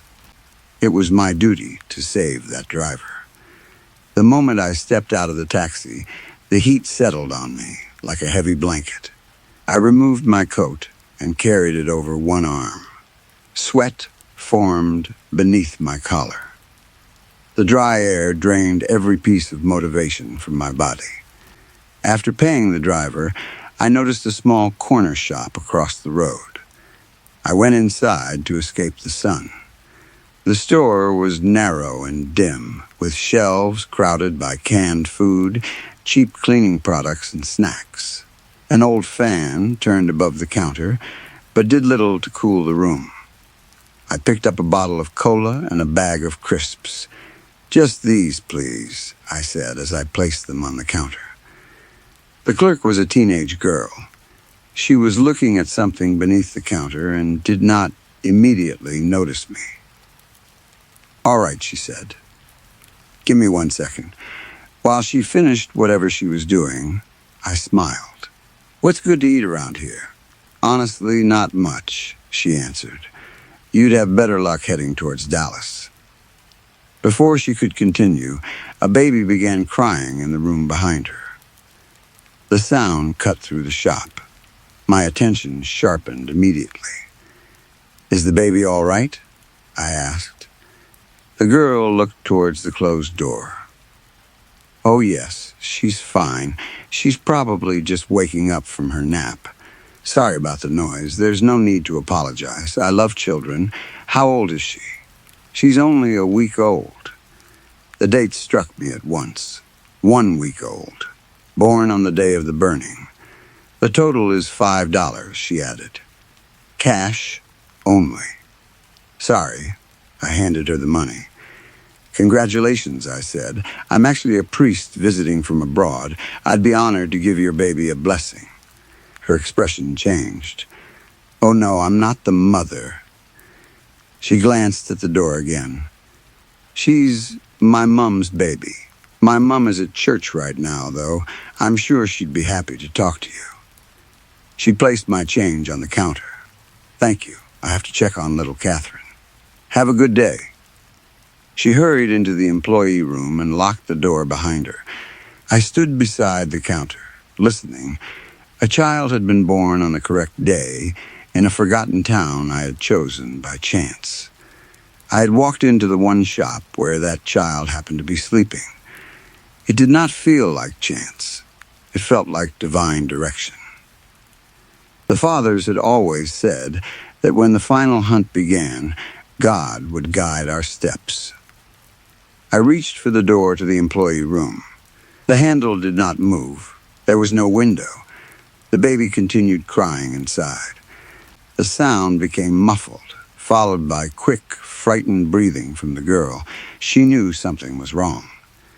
For a moment, I rested one hand near the pistol beneath my clothing. I considered forcing the door open, but if I frightened the girl, she might escape through another exit. She might take the child and warn the mother. The mother was at the church. That was the better path. I left the shop and crossed the road. The church was small and plain. The moment I entered, the brutal heat released its grip on me. Cool air moved across my skin. The building was nearly silent. Several older women sat near the back, murmuring together. A lone woman knelt in the first row with her hands raised above her head. I put my coat back on so that my priest's clothing would be clearly visible. When I approached the group of older women, they became quiet. I smiled and nodded. They returned the greeting, then quickly gathered their handbags and moved away. Before leaving, several of them looked towards the woman kneeling at the front. I understood their message. If I wanted trouble, she was the one to speak with. I walked down the aisle. "May I pray with you?" I whispered as I placed a hand gently on her shoulder. The woman raised her head. Tears covered her face. She nodded and gestured for me to kneel beside her. The truth was that I did not know how to pray. The fathers taught us scripture, rituals, and the proper behavior of priests, but genuine worship was considered unnecessary. Our task was not to understand God. Our task was to obey. I copied the woman's movements. When she bowed her head, I bowed mine. When she raised her hands, I did the same. When she whispered words I could barely hear, I moved my lips without speaking. The prayer lasted far longer than I expected. My knees began to ache against the wooden floor. The silence became unbearable. I stared at the figure of Jesus hanging above the altar and waited. Eventually, the woman lowered her arms and sat on the pew. I sat beside her. "Father," she whispered, "would you pray for my daughter?" The question filled me with excitement, though I hid it behind a caring expression. "Of course. What is her name?" Claire. The excitement disappeared. The baby in the shop was called Catherine. This woman was speaking about someone else. "My daughter Claire needs so much help right now," she continued. I almost lost interest. Her sadness seemed to have nothing to do with my mission. Still, I could not simply stand and leave. "Tell me what happened," I said. "I'll do whatever I can." She opened her handbag and removed several tissues. Her hands shook as she wiped her eyes. "Her father died when she was in her second year of high school," the woman said. "After that, she became so responsible that it frightened me." Her voice trembled. I wanted her to cry. I wanted her to become angry or fall apart so we could grieve together. But she never did. It was always me who broke down. I barely listened. My mind remained on the baby in the shop and the locked employee door. Claire started working nights at our family shop so I could rest, she continued. I should have closed the place. I should have worked harder. I should never have allowed her to be there alone so late. Her breathing became uneven. She was too young for what happened. Too young to become a mother. I turned towards her. Those words finally reached me.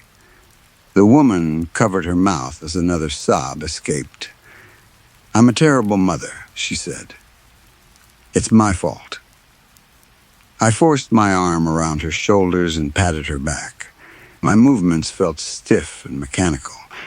I stared directly into the carved eyes of Jesus on the cross.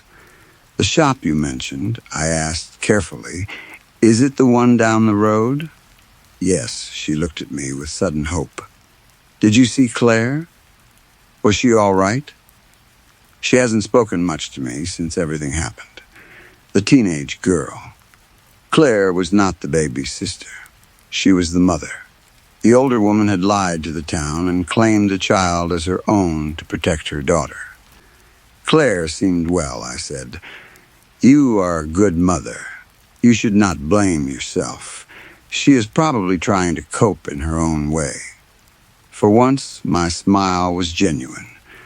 I'll keep all of you in my prayers. The woman began crying harder.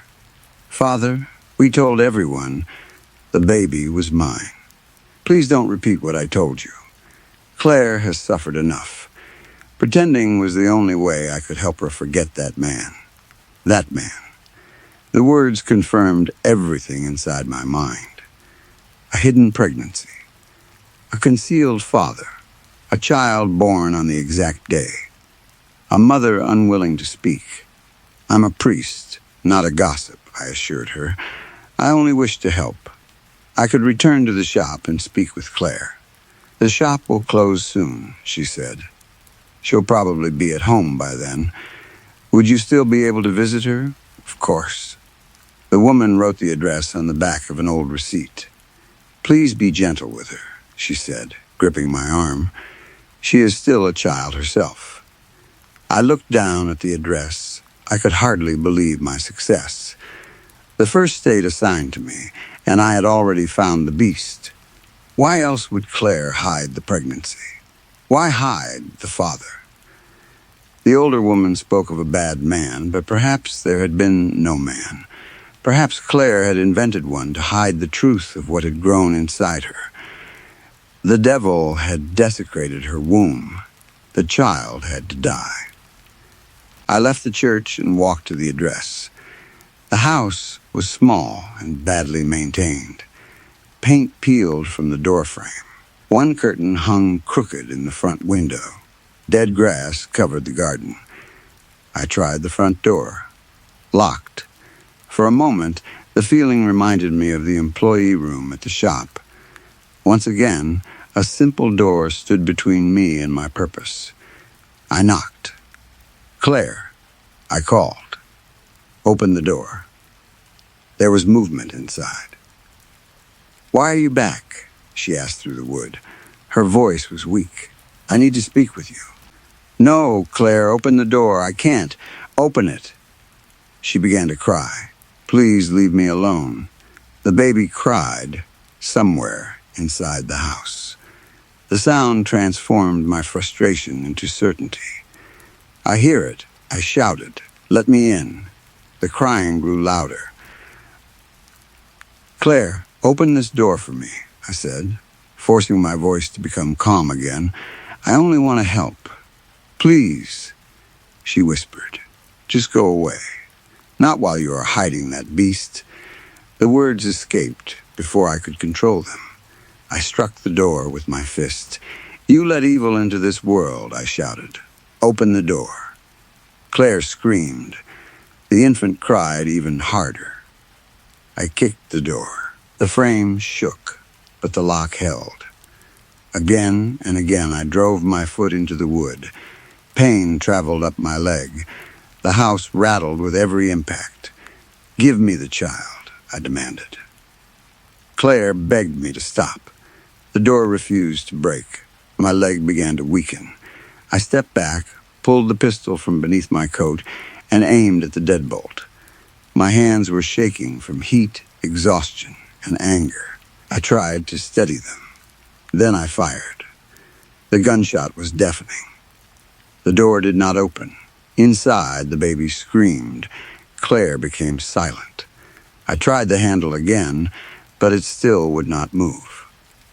A side window offered another way in. I walked around the house and smashed the glass with the base of the pistol. Shards fell across the floor inside. I cleared the remaining pieces and climbed through. The kitchen was empty. I raised the pistol and moved slowly from room to room. There were no footsteps, no crying from Claire, only the infant's voice, rising and falling in frightened bursts. I entered the living room. The child sat strapped into a carrier beside the dining table.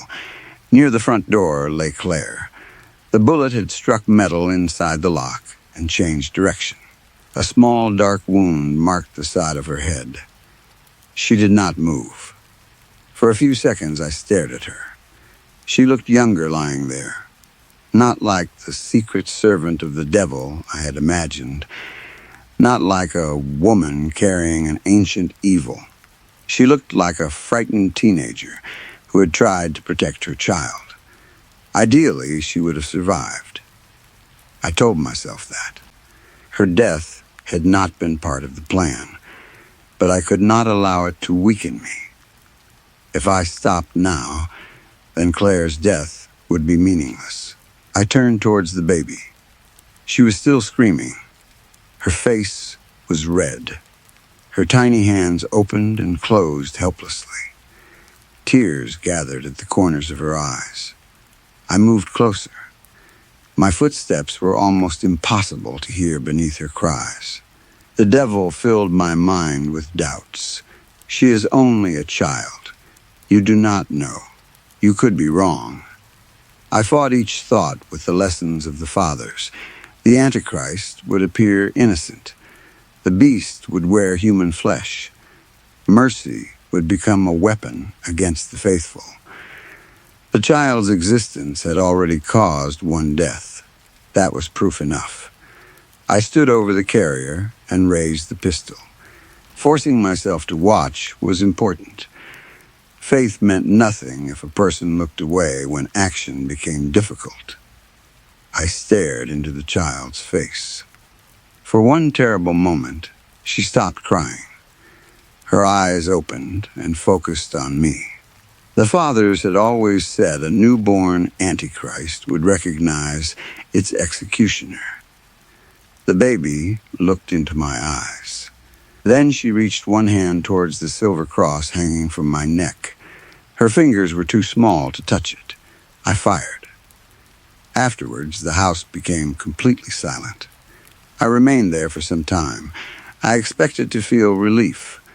I expected the air to change or the heavens to open. I expected some sign that the world had been saved. Nothing happened. Claire remained beside the door. The child remained in the carrier. The cross around my neck felt suddenly heavy. I searched the infant for marks, symbols, unusual eyes, or anything that would confirm what I had done. There was nothing. Only an ordinary baby girl. A terrible emptiness opened inside me. I covered it with determination. If I had been wrong, then the true Antichrist was still somewhere else. That meant I had to continue hunting. If I had been right, the lack of a sign meant nothing. God had never promised comfort.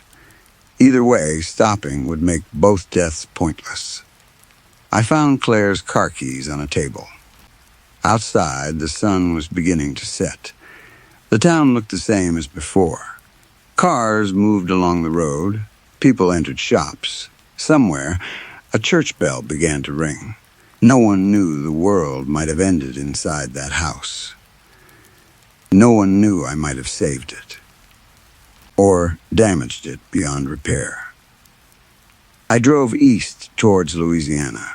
The blood on my clothes had begun to dry. The pistol rested on the passenger seat. Claire's mobile phone rang several times from somewhere in the car, but I did not answer it. I kept seeing the child's hand reaching towards the cross. I kept hearing the silence after the gunshot. I told myself I would be more careful next time. I would ask more questions. I would look for stronger signs. I would make certain the next child was truly the beast before acting. That was the only way to honor the lives already lost. The road stretched ahead into darkness.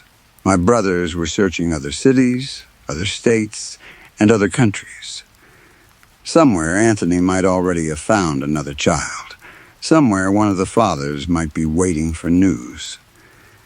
I had no way to contact the church without risking discovery, So I continued towards the next hospital on my list.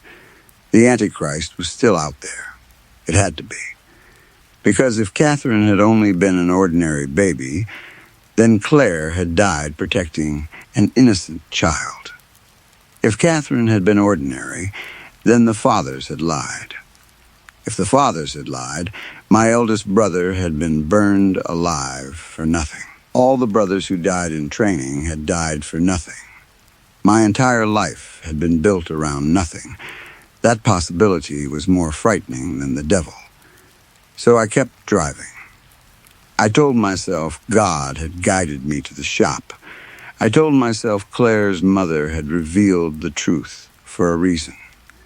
I told myself the locked doors, the hidden pregnancy, and the child's birthday were signs. I repeated those thoughts until they became louder than the doubts. By midnight, I had almost convinced myself again. I will find the Antichrist. I will complete the task for which I was born. I will keep searching until the beast is dead or I am. For the sake of Claire. For the sake of Catherine. For the sake of every brother who burned, bled, vanished, or obeyed.